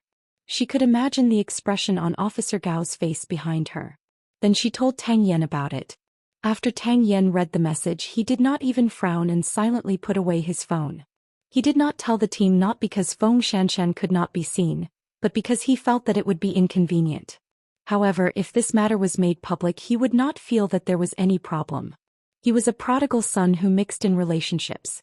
How could he not know that Officer Gao had a good impression of him? He insisted on doing official business and did not intend to leave any face for Officer Gao. This was because he did not want to have any connection with Officer Gao other than in official business. Now Feng Xianxian had solved this problem. Officer Gao had to admit that when she left the bathroom, her expression was very ugly, but that was all.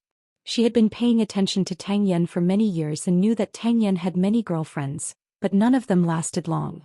Even if his current girlfriend was Feng Xianxian, it was only because Feng Xianxian was young and beautiful. She always thought that no matter how many girlfriends Tang Yan had, they were just taking care of her man. Shouldn't a man like Tang Yan need a very powerful woman to be compatible with him? Tang Yan calmed down for half an hour. When he returned to the chief, he was still very stubborn. I say, Tang Yan, are you deliberately challenging me? Do you know how much effort we put in to invite Officer Gao over? I know you're very capable, but your expertise is not in cybercrime. Chief, there are 8 lives now. If Officer Gao still wants to do what she wants and thinks that she has the final say here, then you can transfer the case away.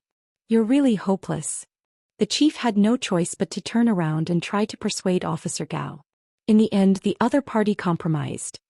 Are you satisfied now? I hope that Officer Gao will do as she said and fully cooperate. Even if she doesn't cooperate, I hope that she won't hold us back. After saying this, Tang Yan walked out of the chief's office. The relevant departments of the Ministry of Industry and Information Technology also provided the recent visit records of the deceased on the internet. After cross-screening, one of the high-hit addresses really included the Dark Abyss. Of course, there were a few other web pages. Although the Dark Abyss is very suspicious now, we can't miss the other domain names. Old Qing, get a way to enter the Dark Abyss as soon as possible. The others are responsible for investigating the other domain names. Move fast. Feng Xianxian Xiaolong and I will go to the crime scene again. As for Mu Qiqi, go home and find your family.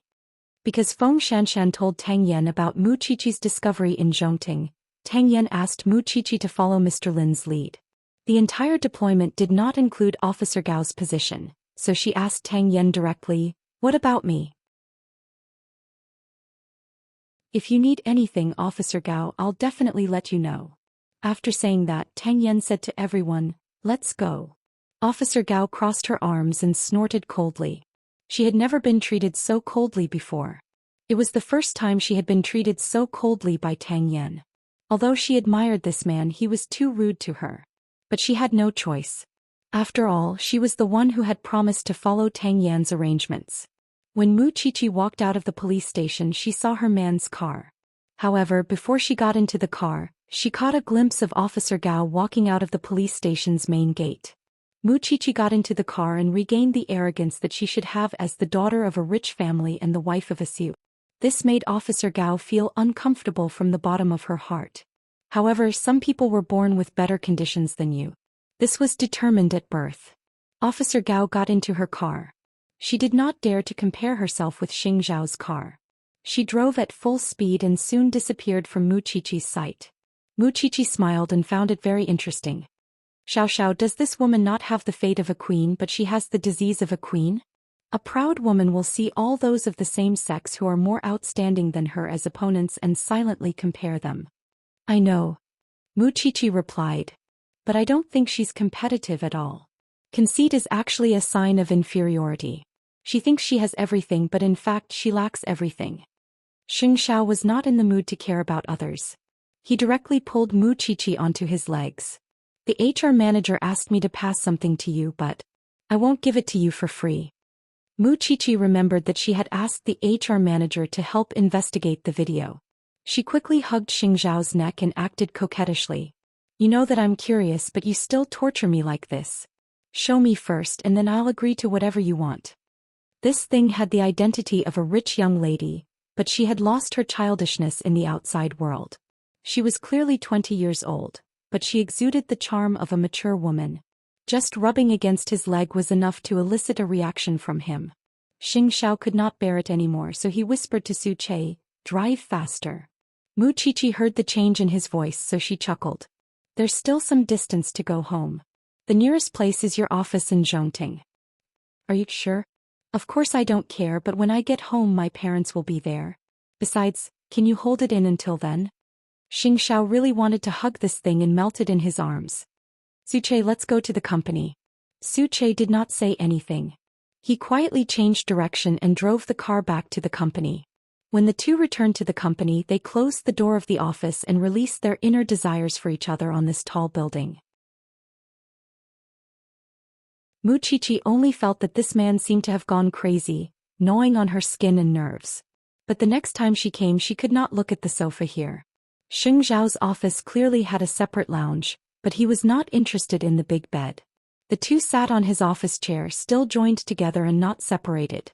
Muqiqi saw Xing Zhao's shirt was loose and his eyes were dazed. She felt as if she had been electrocuted and her whole body was numb. Xing Zhao noticed her change and lifted her chin. "You're not full yet?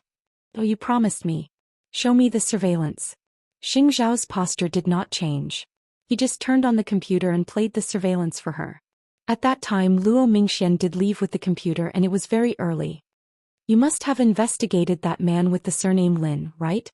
According to Su Che, this man is normal. He goes to work and takes care of his daughter when he gets home.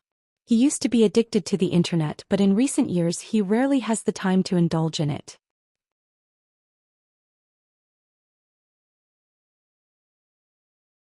Chapter 675. Are you sure you want to discuss such a serious topic with me in such a position? Xing Zhao asked as he held her neck. And I mean, if Captain Tang gets the domain name of the Dark Abyss, can I spend 100,000 yuan to register it? Are you crying to me about being poor? Xing Zhao raised his eyebrows. Compared to the other rich young ladies, Muqiqi was practically a thrifty housewife. She was not interested in branded jewelry or clothing. It was rare for her to go shopping. Xing Zhao had asked the designer to make the clothes for the season and send them over directly. In this aspect she was not like a woman at all. "You know that I don't usually spend money. 100,000 yuan is not a small amount. No one's money grows on trees. I also feel sorry for my man." Xing Zhao couldn't do anything about this little thing. He just wanted to press her on the table and dote on her again. In fact, he did just that. After both of them were satisfied, Xing Zhao slowly brought Muqiqi back to the banyan courtyard. However, as soon as they reached home, Muqiqi lay on the bed and fell asleep. After all, she had been tormented for a few hours and her energy had been drained. Then Xing Zhao made a call in the study. With his connections, it shouldn't be too much of a problem for him to find out about the forum called the Dark Abyss from the young masters he knew. He would see the results tomorrow morning. On the other hand, Tang Yan and the other two went to the scene of 2 more murders. Because the bodies had been moved away, the entire room seemed much emptier than before. The 3 of them carefully investigated the scene again and focused on searching the computers of the victims. Tang Yan did not even let go of the ceiling. However, they still found nothing. Perhaps it was because the lights were off and the 3 of them were holding their flashlights. But just as Feng Xianxian was about to put away her phone and turn on the lights, she accidentally swept the TV wall and found a red dot. "Captain Tang, found something." Tang Yan immediately turned around and found a miniature camera in the circular wall clock on the TV wall. Officer Long immediately took the camera down and looked a little excited. Maybe this camera captured a few people committing suicide. Feng Xianxian looked carefully at the location of the camera. It was obviously in the middle of the living room. In other words, through the camera, she could clearly see the complete scene of them committing suicide. "Check the other locations and bring them back to the station for the technical department to analyze." Feng Xianxian had a hunch that there would be nothing inside. "Let's go to the other scene to take a look. Maybe we can find something else." If there were cameras at both crime scenes, it meant that the murderer had seen the footage of the 8 people's deaths, or rather he had kept it. This murderer is truly a freak. But how did he manage to make those 8 people willingly die? Who doesn't want to know the answer now? Feng Xianxian rolled her eyes at senior brother Long. No matter what, there's finally a breakthrough. "Tang Yan, didn't my friend say that he had a friend who entered the underworld but was scared out of his wits? I want to find out what he saw and see if he can provide us with any information." "It's too late today. We'll go tomorrow," Tang Yan said to Feng Xianxian. "Go back and rest first. Captain Tang has learned how to be protective of the fairer sex." Officer Long couldn't help but laugh. However, running around all day is really too tiring. "I'm a big man and I can't take it anymore." After saying that, the 2 of them went to the other crime scene and found a pinhole camera. Then Tang Yan brought the 2 of them back to the station. After explaining the matter of the camera, he arranged for them to take turns to rest and brought Feng Xianxian home. "You're just going to exclude that Officer Gao? I think she's very sad. Isn't that what you want?" Tang Yan asked Feng Xianxian directly. "Even if it's what I want, don't say it so directly. According to your personality, you should still be thinking about the public. You're not someone who will change the way you work because of my preferences. Yes, it's not because of you. It's because I hate her too, Tang Yan replied calmly. Haven't you noticed her good figure? Feng Xianxia leaned against the passenger seat and looked at Tang Yan's side profile. Old. Tang Yan summed up Officer Gao with one word, which made Feng Xianxia laugh. I'll be this old in the future. After Feng Xianxia said this, her smile became even wider because she wanted to know if Tang Yan was really a relationship expert. When you were like her, I was already a middle-aged man. So, in front of me you're still a young girl. After Feng Xianxia heard this, she gave him a thumbs up. Dao, I believe you, Captain Tang. When you were young, you must have used these flowery words to deceive many women. I had no choice but to be in a thief's lair. In this regard, Feng Xianxia did not do anything. Not only did she not care about Tang Yan's past, she even teased him about his past. This was the confidence she found by Tang Yan's side. At least she was not someone like Officer Gao who could be compared to him. After the two of them returned home, they quickly took a shower and went to bed. Before they could think about anything else, they hugged each other and fell asleep. The next day, Mu Qiqi sat up from the bed and saw the note Xianxia had left on the bedside table. On it was the current domain name of the Abyss. Mu Qiqi quickly brought her computer and successfully entered the registration page. As expected, she needed to pay 100,000 yuan to enter the website. Mu Qiqi gritted her teeth and finally used Xing Zhao's card to register as a member. Then she successfully entered the home page of the Abyss. It was no different from a normal sales website. You could use the 100,000 black coins you registered to buy anything there, including all kinds of calligraphy, paintings, antiques, orchids, gold, jewelry, and so on. The most special thing was that when you bought something, the website would automatically remind you. There was a 50% chance that the thing you bought was genuine. If you bought the real thing, then congratulations, the value of these genuine things could be millions or even tens of millions. But if you bought a fake, then sorry, your 100,000 black coins would be reduced to nothing. This was clearly a huge gamble. Spending 100,000 yuan to bet on a chance to get rich overnight.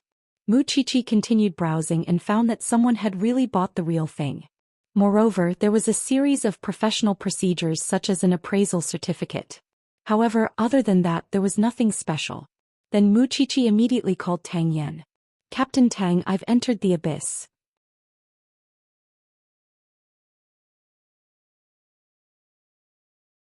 Chapter 676. In order not to alert the enemy, Mu Qiqi spent a lot of money on that lousy website. She spent 100,000 yuan to buy a few lousy antiques, none of which were real. According to the website's prompt, there would be a system prompt the moment you bought it. This was equivalent to a scratch-off lottery ticket. It was full of the nature of gambling. The people from the branch office also wanted to use Mu Qiqi's username to go in and investigate.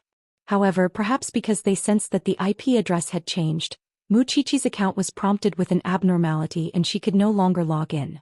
This forum is too hooligan. Moreover, nothing in it is legal. But you said that it's illegal and the price is clearly stated. Moreover, there are all prompts. In the end, it's just taking advantage of the gambler's mentality. As someone who had entered before, Mu Qiqi deeply admired the brains of the forum's creator. We also entered the forum, but Qiqi didn't find anything unusual inside. Although the 100,000 yuan membership fee is expensive, there's nothing suspicious about it. Now that the internet is so developed, it's not surprising that there are a few forums like this. At most, we can just report it. After hearing Officer Long's words, Tang Yan turned to look at Mu Qiqi. Could it be that the IP address and bank account you used exposed your identity and aroused their vigilance? Captain Tang, my understanding is that the Abyss is not afraid of our investigation at all, Mu Qiqi replied. I agree with this.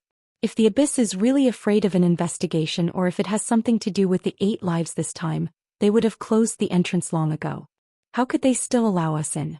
Although they were very unwilling, the truth told everyone that the Abyss website did not seem to have anything to do with the murders. Even if those 8 young men had spent money to join the club and even if they did not buy the real thing in the end, they would not commit suicide because of this, right? We went to the scene last night and found a pinhole camera at the scene. Unfortunately, the footage stored by the camera was all automatically erased, Feng Xianxia said. But what is certain is that when these 8 people committed suicide, the murderer must have been watching through the camera somewhere. So all the clues are gone now? Everyone fell into deep thought. A moment later, Feng Xianxian said to Muqiqi, "Today, Captain Tang and I will go look for my friend again and eliminate the suspicion of the abyss." "I'll go with you," Muqiqi said. "Anyway, the other domain names are still under investigation. Don't be so discouraged." Senior Brother Long comforted everyone. "Our special investigations team has been established for so long, and there has never been an unsolved case. I didn't expect you guys to be so good at comforting yourselves." Officer Gao, dressed in a police uniform, walked out of the chief's office.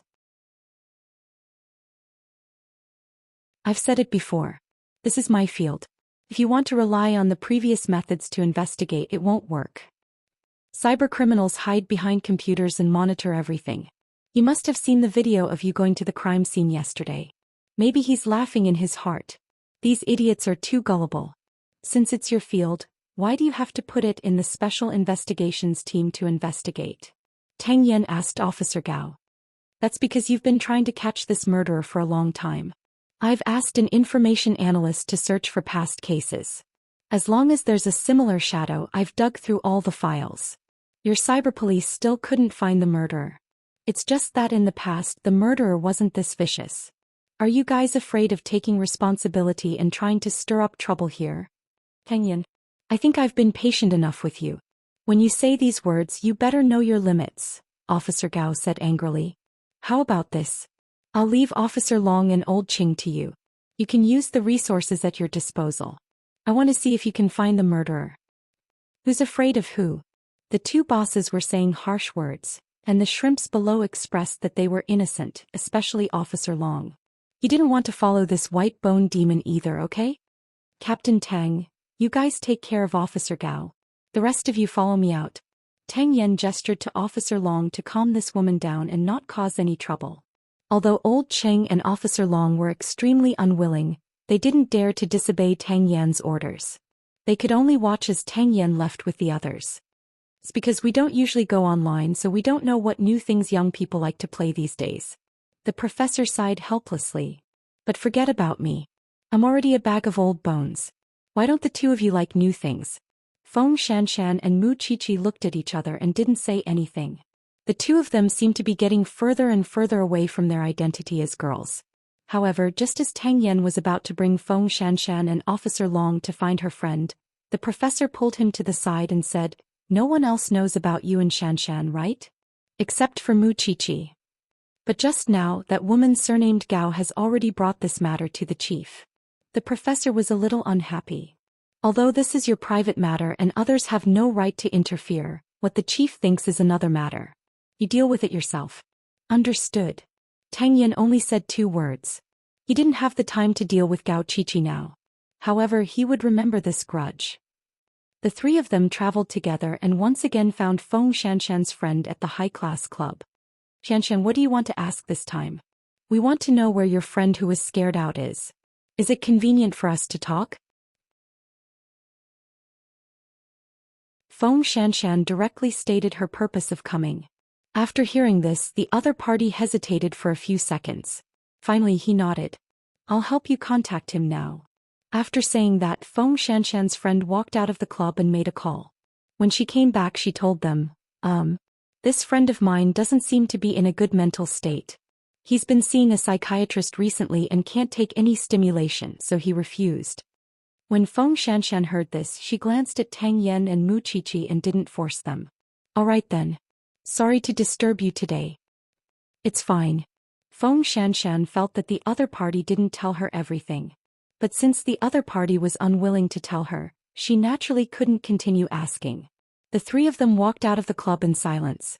They all felt that the forum was still full of strange things that made them feel uncomfortable. "Qiqi, where did you get your address?"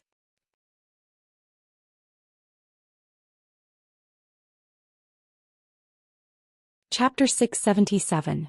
As if he knew that Mu Qiqi would ask for the domain name again, Xing Xiao hooked his finger at her. When he saw that she was sitting on him, he asked in a low voice, "Are you sure it's the problem with this forum? I registered as a member this morning and didn't find anything when I went in." However, I still feel that this forum is full of strangeness. There's an indescribable mystery to it. I have a feeling that I've only seen the tip of the iceberg. Why is the police relying on intuition to investigate cases now? Xianxia curled his lips. Or are you saying that the clues are broken now but you insist on biting on this thread? Is there any way to find out more about this forum? What's in it for me to find the information for you? Xianxia asked Muqiqi seductively. His eyes were full of temptation. Do whatever you want. Muqiqi said heroically. That's what you said. After saying that, Xianxia dialed the internal line and asked the secretary to enter the office. Go and invite the young master of the Yan family over. Let him come for lunch. Is this young master of the Yan family that ridiculous rich young master? The one who married his father's lover? He's open and likes to hunt for novelty.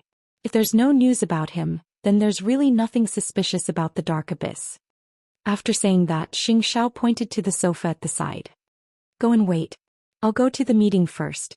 Got it. Before Muqiqi got up, she took the initiative to kiss him. Xianxia was so busy but she still pestered him thoughtlessly. It made her feel very guilty. After this incident, she would definitely not let her man be involved in these murders again. After 40 minutes of waiting, the famous young Master Yan was invited to Zhongting's office. The secretary guided young Master Yan in and saw Muqiqi sitting on the sofa with tea already prepared. Hey, isn't this our little bride? I've heard a lot about you. Muqiqi knew that this young Master Yan was a fun person to play with. He was dressed in a wine-red suit and wore exquisite accessories. His hair was dyed flaxen and he was as flashy as he could be. Isn't young Master Yan's name just as well known? The man smiled and cupped his fists. Thank you for not despising me, President Xing.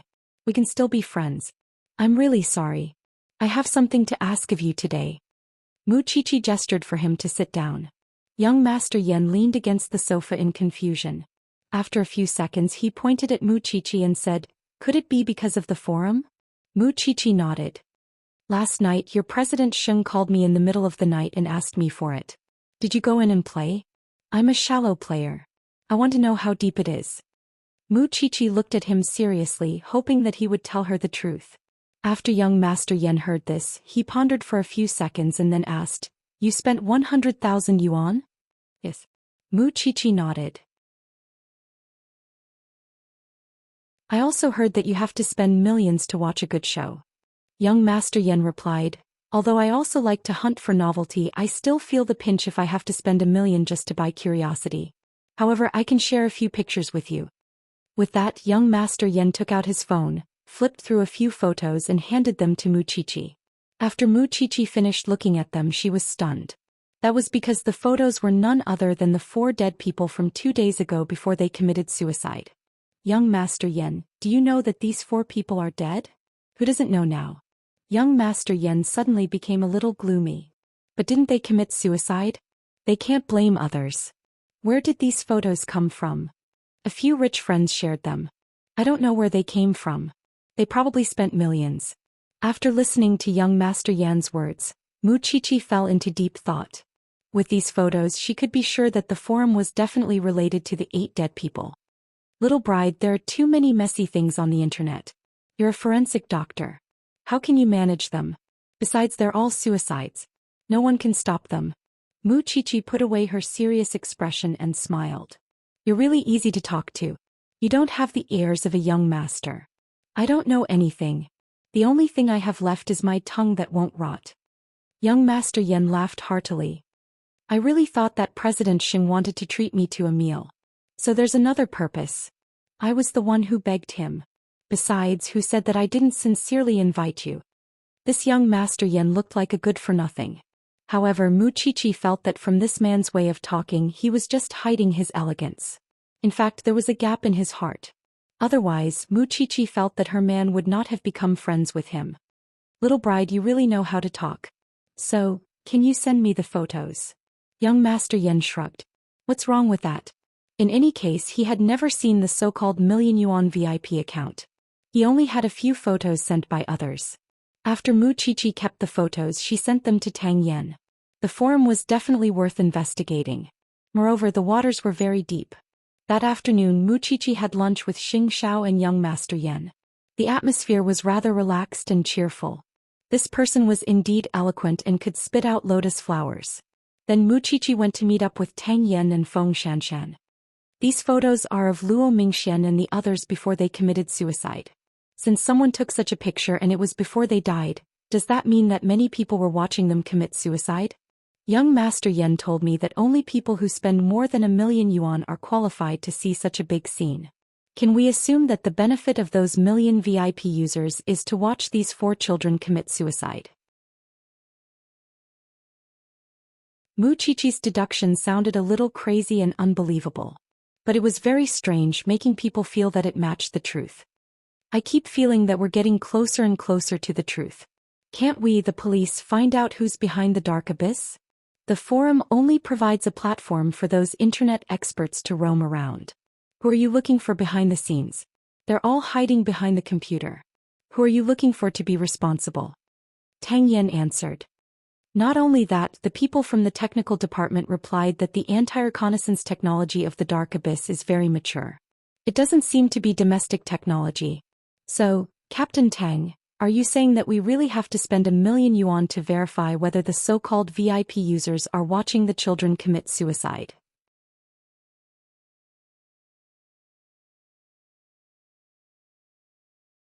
Chapter 678. The investigation department is investigating to see if they can decipher it. Even if they decipher it and find out that there's something wrong with the dark abyss, how can they convict him? After all, these children committed suicide. No one coerced them, so the cause of their deaths is still the key. Muqiqi looked at Feng Xianxian and Tang Yan and sighed. Is the dark abyss planning to become our country's dark net? Network security has a long way to go. Feng Xianxian shrugged. Tang Yan was about to sort out the information he had on the case when Feng Xianxian's friend called. Xianxian, that friend of mine committed suicide by taking medicine at noon. After he was scared out by the dark abyss, he was in a trance and refused to say anything. He's in the hospital now. Tell me the address. We'll go over now. Feng Xianxian had a feeling that this man who was scared out by the dark abyss was definitely a VIP. In other words, it was very likely that he had seen the video of Luo Mingxuan's children committing suicide a few days ago. Therefore, the 3 of them immediately went to the hospital. When they arrived at the hospital, Feng Xianxian saw her friend sitting on the bench with a flustered expression. Hey, Xianxian, you're here. The man pointed at the ward behind him and said, he's inside. He was scared to death at noon. Fortunately, he was discovered early and had his stomach pumped. Now he's in a daze. Most sleeping pills can't kill people now. Don't worry. Feng Xianxian comforted him and then looked at Muqiqi. Captain Tang, Muqiqi and I will go in first.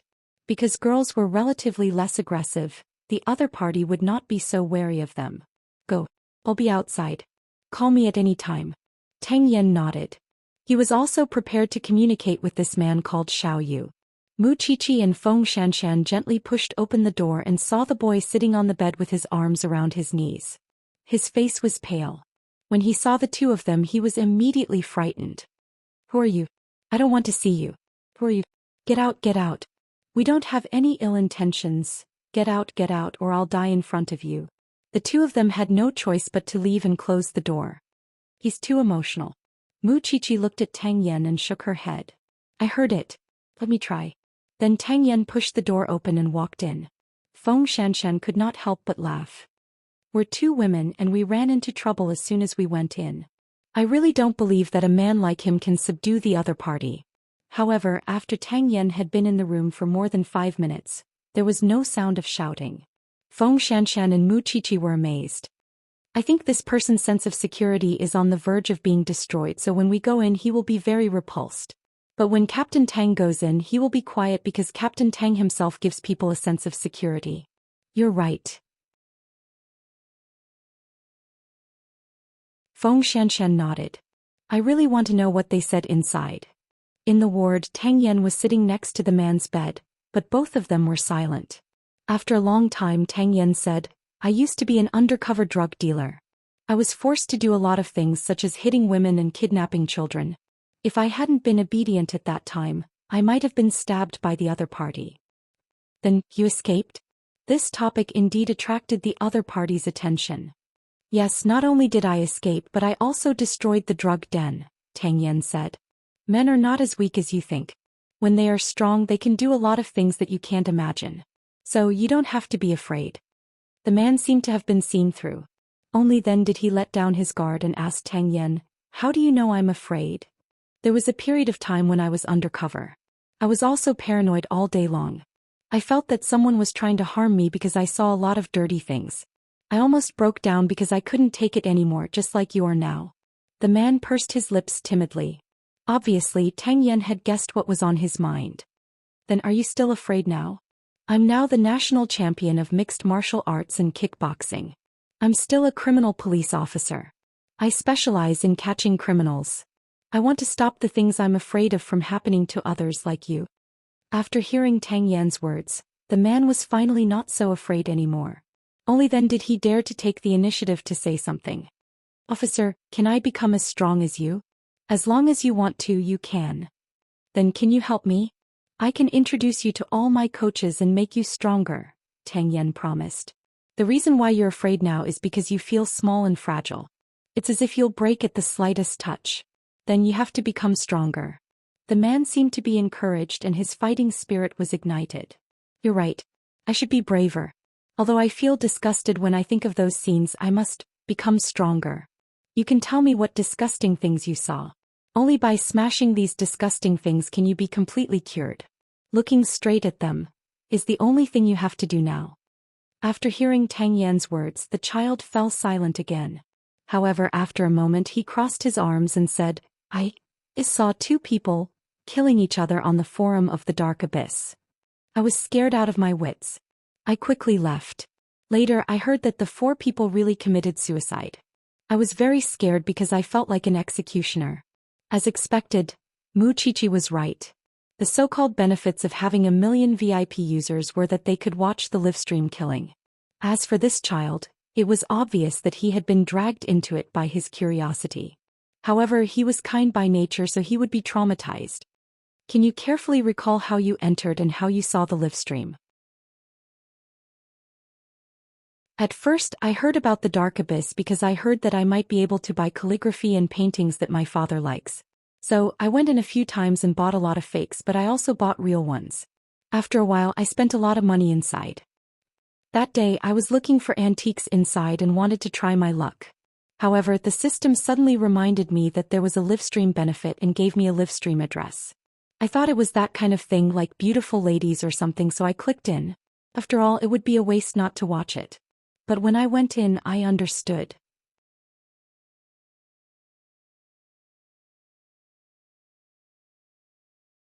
Chapter 679. The video was very short. It was only a few minutes.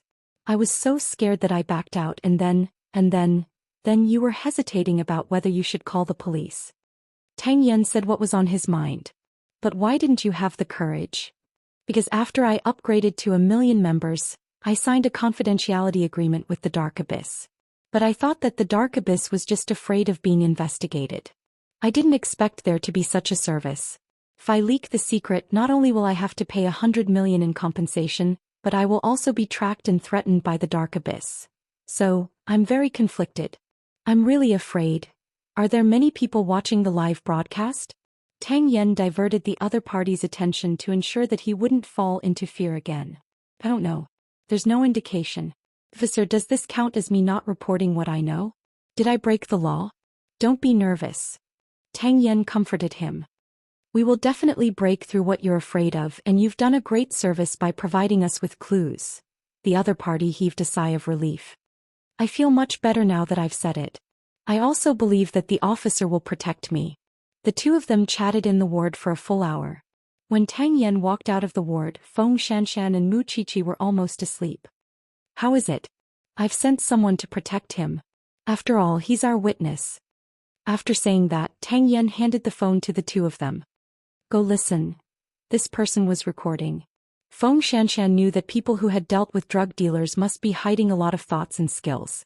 To ensure that no one was around, the two of them went to the car to listen to the recording. It took them about an hour to finish listening to the conversation. After listening, the two of them had complicated expressions. You guessed right. Feng Xianxian said to Mu Qiqi. Now it's confirmed that the Dark Abyss is providing illegal services and live-streaming murders. No, the forum is illegal. But why did the children commit suicide? Why did they listen to others so obediently? I can't understand. Who can understand? This answer is the same as finding the person behind the Dark Abyss. It's not an easy task. A moment later, Tang Yen settled the people in the ward and returned to the two of them. What do you think? I think the problem still goes back to the victims. The computer is the key. I think Luo Mingxuan's computer might have a chance of being found. I asked Zhongting's manager to check the surveillance footage for me and found that when Luo Mingxian left, he was indeed carrying his laptop. He said that it was broken. Is it possible that he really sent it for repair? Because now, even if we know the problem with the Dark Abyss, we still don't know why these children committed suicide. We can't let go of any clues. With that, Tang Yen called the people in the bureau and asked Old Qing to immediately screen all the computer repair points on this route, from Zhongting's employee dormitory to the rental house where the children died. Their only hope now was to find the child's computer. There's no time to lose. Let's take action now. Hopefully we'll be able to gain something. Feng Xianxian was now full of energy because as long as she thought that there was someone in this world who could be so evil, she was so angry that she was about to cry. It was the same for Mu Qiqi. The two of them suddenly understood why Tang Yen was so gloomy. It was because he had seen more and more demons. It was evening in the CEO's office of Zhongting. Although he had previously ruled out Mr. Lin as a suspect, Xianxia still had doubts about this person. Even if it wasn't to help the little thing solve the case, he had to ensure that there were no terrifying demons hiding in his territory. Su Che was assigned to follow them for a week, no matter how big or small. After all, Xianxia also knew what the little thing was inquiring about. His brain was obviously more capable than Mu Qiqi of thinking about what kind of benefits the million VIP members of the Dark Abyss could enjoy. Therefore, he didn't want the little thing to come into contact with dirty things like the Dark Abyss endlessly. This Lin sends his daughter to school at 7:30 a.m. every day, arrives at Zhongting for work at 8 a.m., gets off work at 12 a.m. for lunch, takes an hour's lunch break at work, gets off work at 5 p.m., brings his daughter home at 6 p.m., and at 9 p.m. the lights at home are turned off on time. It's like this every day. What does he do during his lunch break? What does he do between 6 and 9 o'clock in the evening? I want to know. Xianxia raised his eyelids and looked at Su Che seriously. You should have heard about the Dark Abyss. You should know that these are 8 lives. If someone is really hiding in Zhongting and causing trouble, what will happen to Zhongting? So, keep your spirits up and think of a way to find out if this man is suspicious or not. Understood. Su Che nodded. Why did Xianxia have such deep suspicions about this man? It was because he was so regular that he didn't eat the smoke of the mortal world. Normal men, friends, and social interactions, which of them didn't take time and energy to maintain?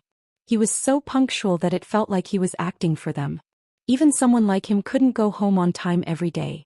However, this Lin guy could. This person was either free at a fixed time or he was acting for them.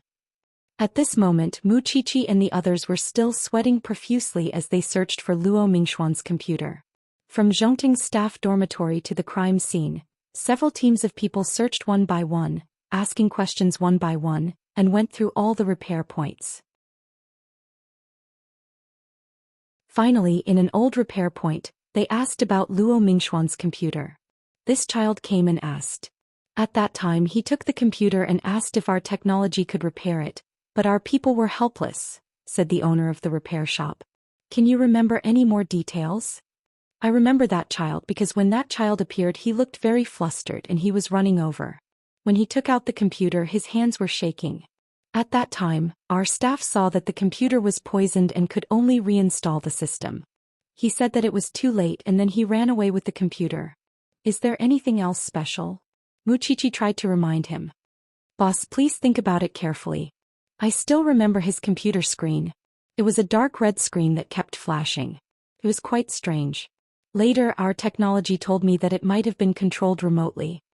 After hearing the boss's words, Mu Qiqi and the others knew that the computer would not be found. However, they also had a new point of suspicion. Could Luo Mingxuan's state at that time and the state of the computer be under surveillance and coercion as Feng Xianxian's friend's friend had said?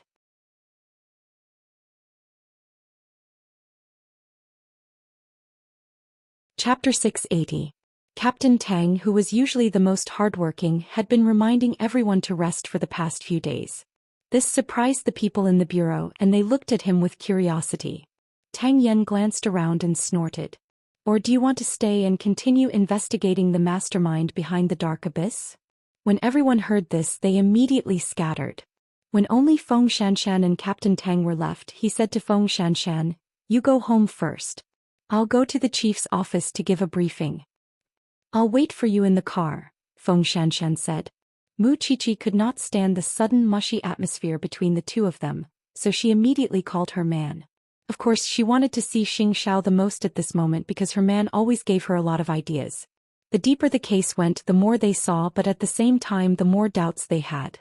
Soon Xiao Sheng's car accurately located Mu Qiqi's location and picked her up. Feng Xianxian sat in Tang Yan's off-road vehicle and waited quietly. She did not expect to see Officer Gao at this time. Or rather, Officer Gao knew that Tang Yan was in the chief's office, so she deliberately looked for Feng Xianxian.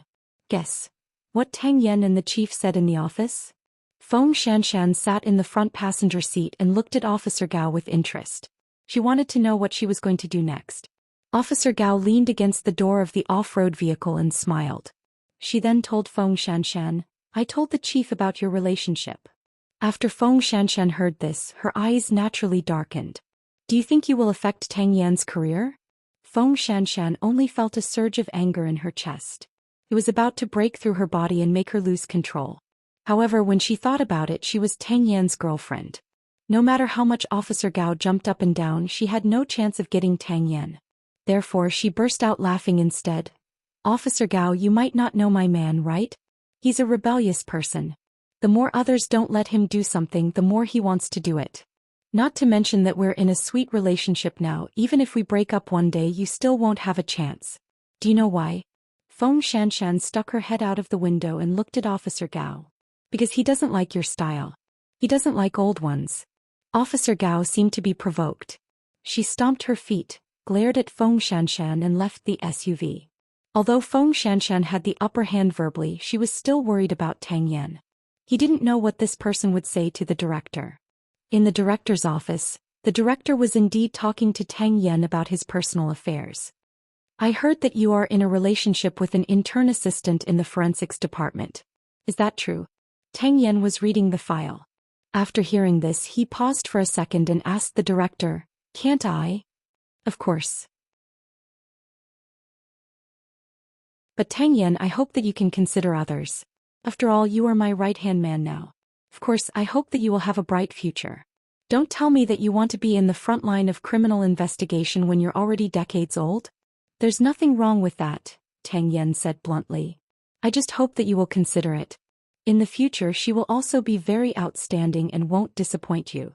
But if you say things that look down on others for the sake of an outsider, I think you might lose more than you gain." The director was stunned for a moment. He pointed at Tang Yan and said helplessly, "All right, I won't care about this matter anymore. I also believe that you are a person who distinguishes between public and private affairs, but you should try to keep this matter a secret. After all, someone is about to come out of the thief's lair that you destroyed. This is also out of consideration for your safety." "Thank you, Director, I understand." After the two of them finished talking, Tang Yan walked out of the director's office. At that moment he met Officer Gao at the door.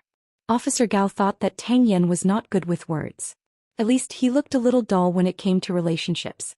However, Tang Yan said to her directly, "If Officer Gao's purpose in coming to the Jianchuan branch office is not to help us solve the case, then I can call the director of the cyber police and suggest that he transfer her back. Because I feel that Officer Gao seems to be quite free, yet she still cares about other people's private affairs." You're not qualified to be a police officer." After saying this, Tang Yan turned around and went downstairs. He quickly returned to the car. Feng Xianxian saw that his expression was calm, so she did not ask further. When they were halfway there, she said, "So, you and the director both admitted it? The director is only my boss. He can't interfere with my private affairs.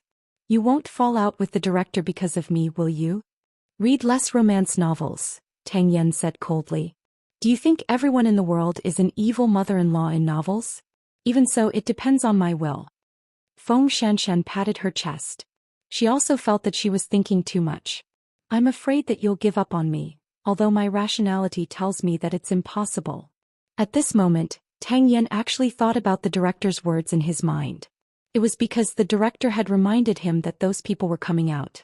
He was worried about Xianxia's safety. If one day I really disappear in front of you without saying a word, then I must be doing something very important. You just have to wait patiently because even if I have to crawl, I will crawl back to your side. When Xianxia heard this, she looked at Tang Yan in surprise. This person was serious. She knew that. So she was relieved. Although I don't know where my courage came from, I can understand you. As Tang Yan, you are willing to risk your life to solve the case. I won't pester you. On the contrary, I'm very infatuated with your temper. So you just need to remember that I'm your woman. Tang Yan listened silently. Although he did not say anything, his heart was greatly touched. This woman was really worthy of a man giving his soul to her. So, the first thing he did when he returned home was to press this woman in the bathroom and kiss her from head to toe. Late at night, Banyan courtyard. After taking a shower, Wuxia sat in front of the computer in a daze. She just couldn't figure out how the people behind the dark abyss had controlled those young people and made them willing to give up their lives for them. Xianxia came out of the bathroom in his pajamas. Seeing that Wuxia was still in a daze, he went forward and grabbed her collar. You promised to let me do whatever I want. Shouldn't you fulfill your promise now? Wuxia turned around and quickly hugged Xianxia. Xiao, stop fooling around. Wait for me to figure this out. Is the investigation more important or am I more important?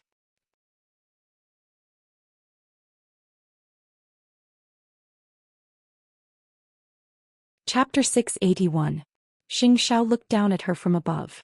It seemed that she would not give up until he cleared her Rin and Du meridians today. Therefore he took the opportunity to sit down on the sofa and then scooped her onto his lap. Tell me, what can't you figure out? Wuxia wrapped her arms around Xianxia's neck and told him what they had discovered today, including the fact that they had discovered that the Dark Abyss was live-streaming people. The one thing that was stuck in her mind was why those teenagers were willing to die. You spent 100,000 to become a member of the Dark Abyss. What did you find after you entered? I can gamble and become rich overnight, Wuxia answered Xianxia's question. You said it before that those 8 children don't come from good families. If they hear that they can become rich overnight in the Dark Abyss, what will they do? Go to the Dark Abyss. But they don't have the money to join the club. Xianxia reminded her. You spent 100,000 to gamble it all. At worst you'll lose it. But what about them? Wuxia fell into deep thought. If they really heard about the Dark Abyss and wanted to gamble on this opportunity, they would definitely think of a way to raise money. But before that, the people in the bureau had also conducted a financial investigation on these children and found nothing unusual. After Xianxia heard this, he pinched her nose. It seems that I really have to bring you to the casino in the future. If a gambler has nothing, does that mean he can't gamble anymore? No, he can pawn his clothes, hands, feet, kidneys, eyes, and even his life. He will give whatever the other party wants. Wuxia came to a sudden realization. I understand now. You understand just like that? Then do you know what to do? Xianxia looked at the little one meaningfully. Previously, when I registered for the Dark Abyss, I spent money directly. So when I go in, I spend money. And the more I spend, the more benefits I get. Even when I reach 1 million, I can receive a live broadcast address from the system. But what if I don't have money but want to spend money in the Dark Abyss? Xianxia smiled when he heard this. His reminder was not in vain. This little one understood with a hint. Excited, aren't you? Wuxia hugged Xianxia's neck and nodded. Yes. I really want to experiment. Experiment? Xianxia picked her up. Do you still care about me? Wuxia exclaimed and quickly wrapped her arms around Xianxia's neck. Of course you're the boss. Xianxia placed her on the bed and pressed her down. She had almost forgotten who her husband was because he had not fixed this little thing recently. Wuxia lay on the bed and looked at Xianxia. Soon she had forgotten about the Dark Abyss. Because investigating the case was important, appeasing the jealous man was equally important. Moreover, her admiration for him came from the inside out. His mind was always clear and he could quickly grasp things that normal people could not imagine. Even if it was an area he was not familiar with, he could still help her. This man seemed to be born to be a god. Therefore, in the midst of passion, Wuxia did not hide her infatuation with this man. Ever since she had a crush on him, her feelings for him had never waned. Instead, they grew deeper and deeper. However, sometimes she felt guilty because she didn't seem to have done anything for him in this family. After the joy, there was only silence in the room. Wuxia couldn't help sighing in his arms. Isn't it enough? No, it's just that I don't think I'm good enough to be your wife. Wuxia buried her face in Xianxia's chest. I've always taken from you, but I've never done anything for you. Xianxia gently stroked Wuxia's hair and lowered his head to kiss the top of her head. I don't want anything. I just want your company. Yes, I'll be with you. I won't leave you even if I die. Although he often heard this from the little one's mouth, every time he heard it, his eyes would widen and his chest would surge. The next day in the branch office, everyone had another meeting. At this time, Wuxia told everyone what she had analyzed with Xianxia last night. Of course, Tang Yan wasn't the captain for nothing. In the early hours of the morning, he had contacted Feng Shanshan's friend and obtained the latest entrance to the Dark Abyss. This time all of them were testing it in the internet cafe. They planned to enter the Dark Abyss on credit. Soon Old Qing arrived at the payment page. Other than the fixed bank card payment, there was also an eye-catching option, IOU payment. Old Qing glanced at Tang Yan and entered the IOU payment page. After clicking on it, the system automatically reminded him that he only needed to fill in his real name and detailed information for the first loan. Then Old Qing received a loan of 100,000 yuan. Then he spent it on the Dark Abyss page and quickly gambled away all the loans.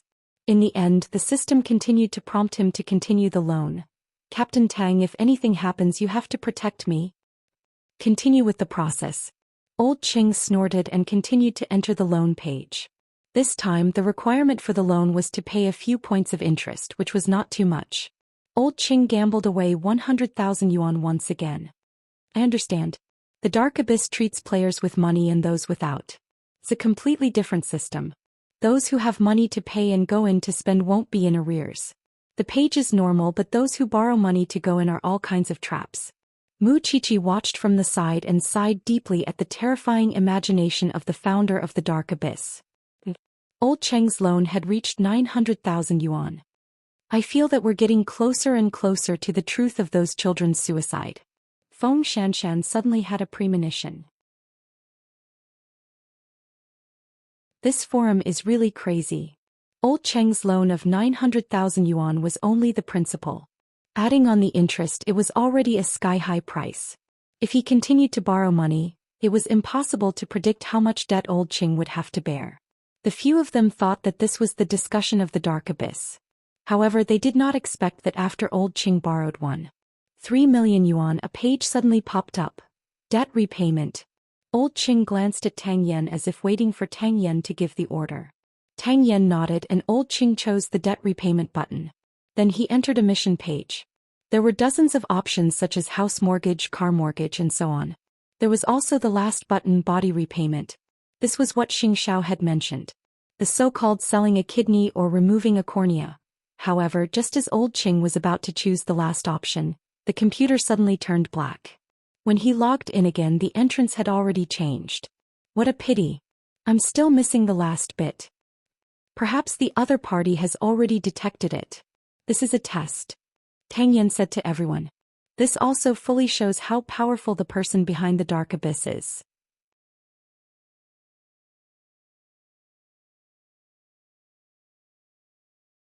Chapter 682. Tang Yan immediately reported this matter and asked the cyber police to send another capable assistant to help solve the case. This was tantamount to slapping Officer Gao in the face because Tang Yan had never used this so-called capable person even once. What he needed was someone who could really do practical things. Leave the matter of deciphering the Dark Abyss to the cyber police. What we need to do now is to try our best to track down where the computers of the 8 deceased are hidden. Since we've seen Luo Mingxian at the previous computer repair shop, we've checked the surrounding surveillance cameras. The traffic control department is analyzing it and will give us an answer later. Tang Yan finished a series of arrangements and entered the chief's office to report. After the chief heard the whole case, he was especially shocked. To be honest, my children also love to surf the internet, but I didn't expect these vulnerable groups to be the targets of cybercriminals. Turns out that the danger is so close to these children. Tang Yan, you must find the reason why the children committed suicide as soon as possible. I know, Chief. Perhaps they did not expect Tang Yan and the others to investigate to this extent. The Dark Abyss had already urgently shut down the system and sealed it. And now, Tang Yan did not hope that the mastermind behind the Dark Abyss would be afraid because of this. He was only avoiding the news because he did not think that Tang Yan could catch him. Even if he caught him, those children had committed suicide. He did not need to pay the price for the choices of these children. However, the mastermind was wrong. Tang Yan knew that he did not understand the internet, so he had already entrusted this area to the cyber police to investigate. And what he needed to do now was to find the most crucial physical evidence: the computer. Soon, the traffic control department obtained Luo Mingxuan's tracks from all the nearby intersections.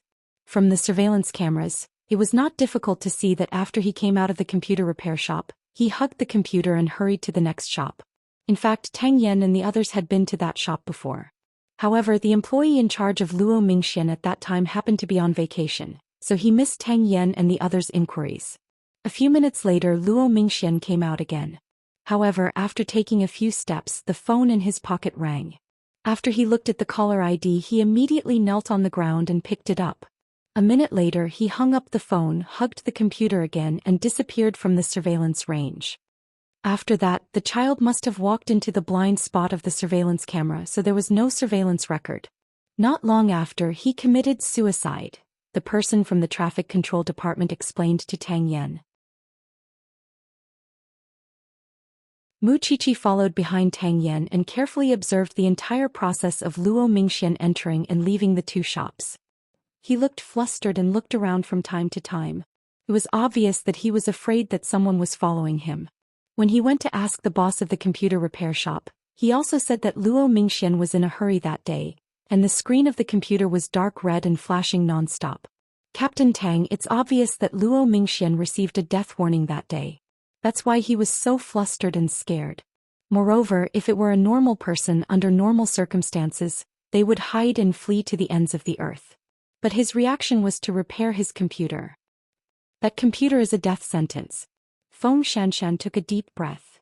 Right now we can only simulate the route. From the second repair shop to the crime scene, there are 4 ways to reach it. Now we'll split into 4 groups and look for clues separately. There's no need. Mu Qiqi had been staring at the screen.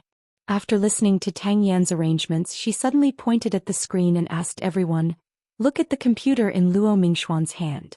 When he came out of the first shop, it had a silver-gray shell, but when he came out of the second shop, it turned silver-white. Everyone took a closer look and indeed they noticed this detail.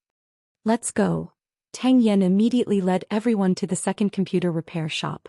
After watching the surveillance footage, the boss of the repair shop immediately called the employee on duty that day.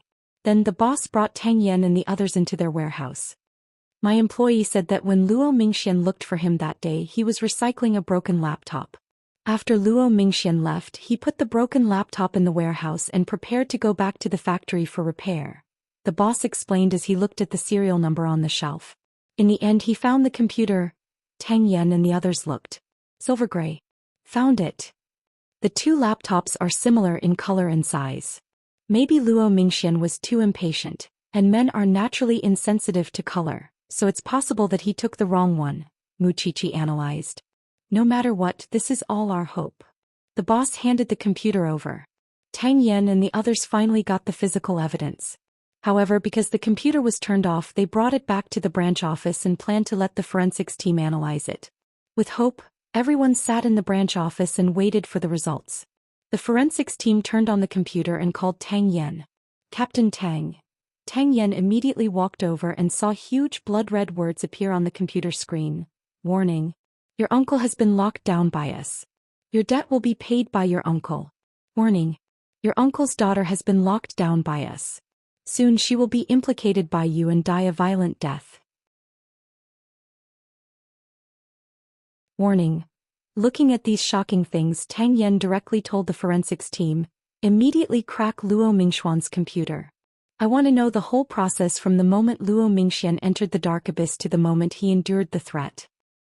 Perhaps Luo Mingxian chose to die under such coercion, Feng Xianxian said, feeling a little sorry for him. Seize a person's weakness and break through their heart. No wonder old Qing asked him to fill in detailed information when he first went in to get the loan, and even asked for his family and friends. It's too scary. Senior brother Long couldn't help but sigh. If these things pop up on my computer at any time, even my hair will stand on end. This is too terrifying. Most importantly, I'm afraid of implicating my family. Luo Mingxian was brought up by his uncle. No wonder he was so flustered. Every time there was a murder, everyone would do their best to investigate the truth behind it. However, when they were really close to the truth, they would find it hard to accept. Captain Tang, we found a special remote control software on Luo Mingxuan's computer. This should be a sub-software belonging to the Dark Abyss. It's different from ordinary remote control software. Using this remote control software, almost everything on Luo Mingxuan's computer has been cleared, so it might be difficult for us to find anything valuable. The forensics team said. In other words, this computer is useless? Let's try to find the IP of the computer remotely.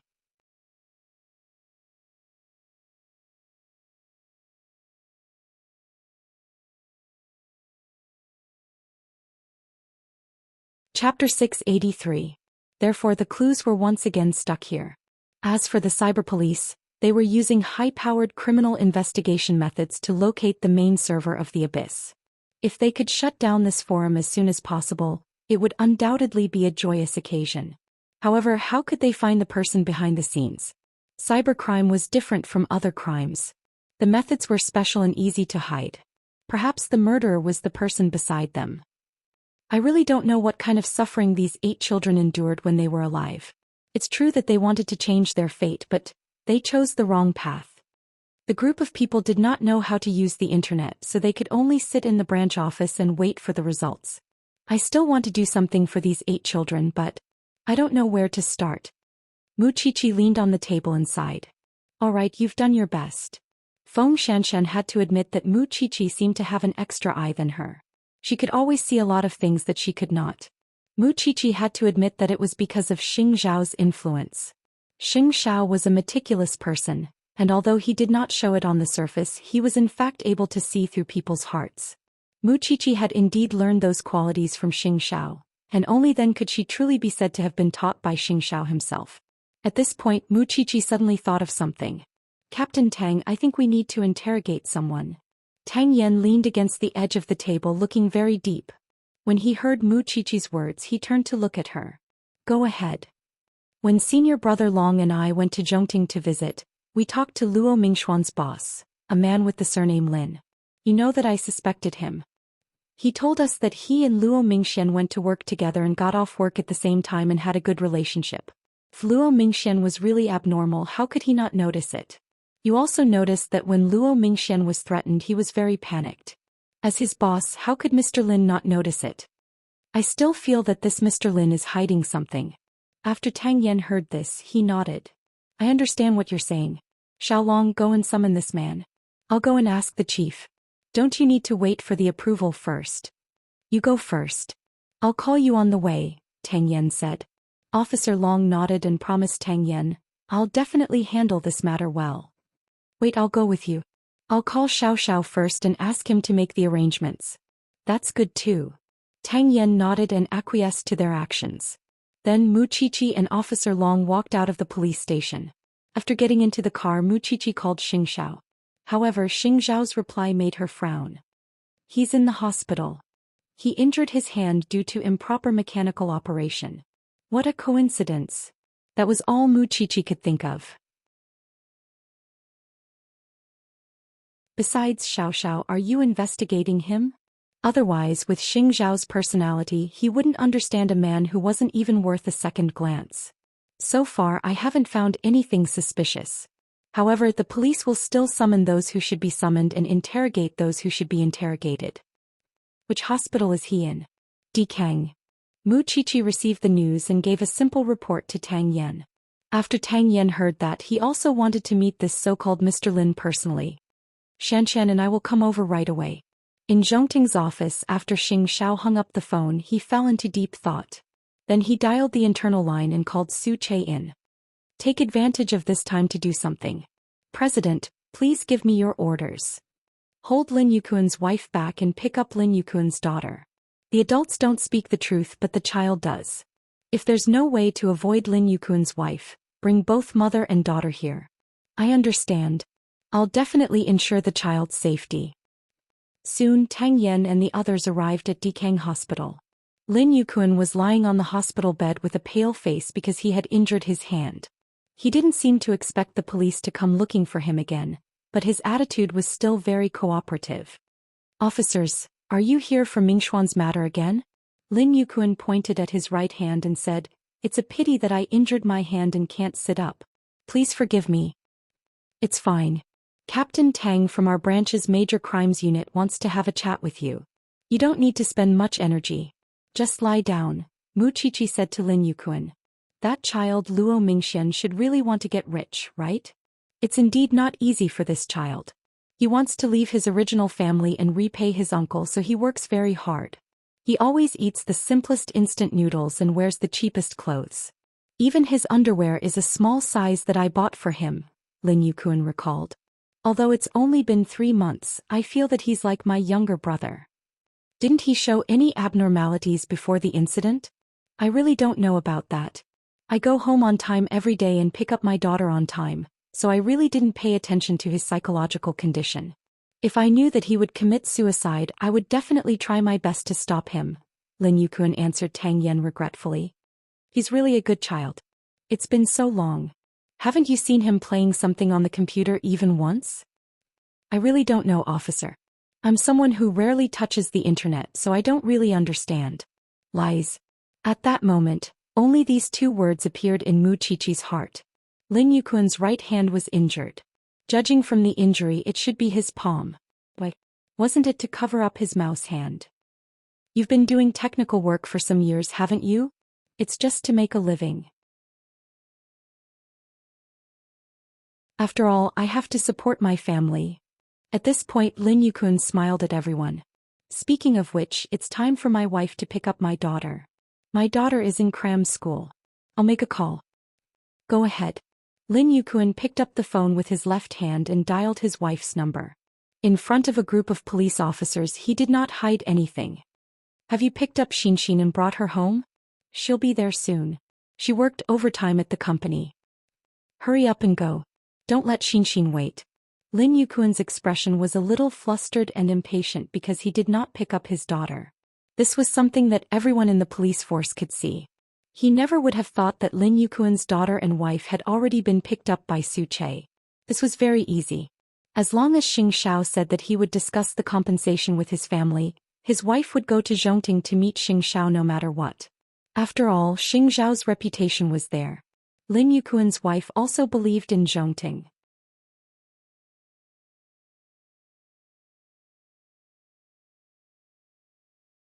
Chapter 684. After Lin Yuquan's wife arrived at Zhongting, she first talked to the HR department of Zhongting and expressed her demands. Then it was Xianxia's secretary who took care of her and conveyed her love to the child. Although Xianxia was very reluctant to use such formulaic methods on a mother and daughter, such a well-intentioned lie seemed very important in the face of 8 lives. In the end, Xianxia had his secretary invite the mother and daughter to the CEO's office, and deliberately put a computer on the coffee table. Lin Yuquan's wife was very nervous when she saw Xianxia. She had never thought that a small fry like her would meet a big shot one day. Moreover, he was such a young and promising big shot. Xianxia got up from his chair, strolled to the sofa and sat down. Madam Lin, don't be nervous. I just want to know if Mr. Lin can continue working in his current condition. Xianxia did not plan to mention Luo Mingxian because it would arouse the woman's suspicion. Everything he was doing now was to relax Lin Yuquan's wife's wariness. Yuquan's injuries are quite serious right now. I don't know if he can continue working, Lin Yuquan's wife said. However, seeing that Xianxia's expression had darkened, she quickly explained, Xiaoxing, I didn't mean that. Zhongting has already treated our small family very well. I just feel that the pillar of the family has collapsed and I'm a little sad. The company is a place that pays attention to the system, but it also has its own warmth. If you have any needs, you can tell me. The company has done enough for us. We're really satisfied. Just as Lin Yuquan's wife was answering the question, Lin Yuquan's daughter walked over to the computer and started playing. When Lin Yuquan's wife saw this, she immediately stopped him. Didn't I teach you not to touch other people's things? Then I'll go home and play on Daddy's computer. Lin Yuquan's daughter pouted. Chief Xing, please excuse me. The child is not sensible. Your daughter is very cute, but it doesn't seem good for her to come into contact with the internet at such a young age. His father is at home and has to sleep for a while from time to time, so the child was infected, Lin Yuquan's wife explained. Of course not. Daddy played all night. I saw him go to the bathroom a few times. You're lying. When Lin Yuquan's wife heard this, she immediately covered her daughter's mouth. Child, what nonsense are you talking about? You're wrong. Mrs. Lin, you don't have to be so nervous. I'm not a policeman investigating a case. Hearing the word, police, Lin Yuquan's wife's heart immediately broke down. Perhaps she was afraid that her daughter would say more things about Lin Yuquan that no one knew about, so she stood up with a flustered expression while carrying the child. Zhou Xian, I think that since the matter has been settled, I won't continue to disturb you. Thank you for everything Zhongting has done for us. Are you taking your daughter to the hospital now? I'll send someone to escort you. Xing Zhao's expression was still calm, as if what was happening outside had nothing to do with him. He was a professional person in charge of a military enterprise. Lin Yuquan did not dare to look Xing Zhao in the eye at all. He rejected Xing Zhao's kindness. Thank you, Xiao Xing, but I drove my own car here. I won't trouble you. With that, Lin Yuquan's wife rushed out the door with her daughter. Xing Zhao curled his lips when he saw this. In the dark night, he looked like a ruler. So he said to Su Che, let's go and watch the show now. He'll bring me along too. The secretary was extremely curious. You sit in the front passenger seat, Xing Zhao said coldly. What a joke. Only the little one could sit in the seat next to him. The secretary was also tactful and nodded non-stop. Don't worry, Su. Even if you didn't say anything, I would have opened the front passenger door. Su Che drove and quickly caught up with Lin Yuquan's wife. At that moment, the secretary also realized that Lin Yuquan's wife was not heading in the direction of the hospital at all. Where is she going? Home, Xing Zhao said firmly. Just now, Lin Yuquan's daughter had said that her father had been playing on the computer all night. In order to clear his name, Lin Yuquan had deliberately hurt his hand. Now that her daughter had revealed such a big secret about her father, Lin Yuquan's wife would naturally be nervous. She was afraid that the police would find out and search the Lin family's house. Because Xing Zhao had deliberately emphasized the word, police, just now. Since Lin Yuquan's wife was feeling guilty, it meant that Lin Yuquan's house was indeed hiding something that the police were interested in. CO, you can totally become a criminal police officer. Xing Zhao deliberately raised his voice, which made the secretary tactfully shut her mouth. He was intervening now because of that hateful little one. Become a criminal police officer? This kind of thing was suitable for a boxing champion like Tang Yan to run errands. Soon, the car of the three of them followed Lin Yuquan's wife to the entrance of the neighborhood. Xing Zhao had no intention of forcing his way in. He only gave Su Che a look. Follow them. Since Lin Yuquan's wife was afraid of being investigated, she would definitely think of a way to take the evidence out and destroy it. Therefore, Su Che did not need to break into a private house. He only needed to wait quietly outside. On the other side, Tang Yan and the others were still in Lin Yuquan's ward. However, logically speaking, after his wife picked up her daughter, she should have already arrived at the hospital. However, there was still no movement. Lin Yuquan looked very worried. He really wanted to take out his phone and call his wife, but he was afraid that Tang Yan and the others were still in the ward. He really wanted to find an excuse to let Tang Yan and the others leave, but that would make him even more suspicious. However, because he seemed to be extremely anxious, Tang Yan and the others deliberately stayed in the ward to chat with him. Mr. Lin, you look very hot. Are you not feeling well? Do you want me to call a nurse in? No need. I'm just very tired. I just don't know if you're done questioning, officer. I want to rest. All right then. If there's anything new, we'll look for you again. Tang Yan gestured to everyone, and they immediately got up from the sofa in the ward. Then I won't send you off anymore. Lin Yukun was relieved. He had finally waited until the police left. After Tang Yan and the others left, Lin Yukun took out his phone and called his wife. Where you know? I'm at home. Lin Yukun's wife told Lin Yukun what had happened in Zhongting. After Lin Yukun heard this, he almost went crazy. You're tuning in to the Zhou Xian's Legacy YouTube channel. Don't forget to subscribe and join us on this journey to catch the most captivating stories.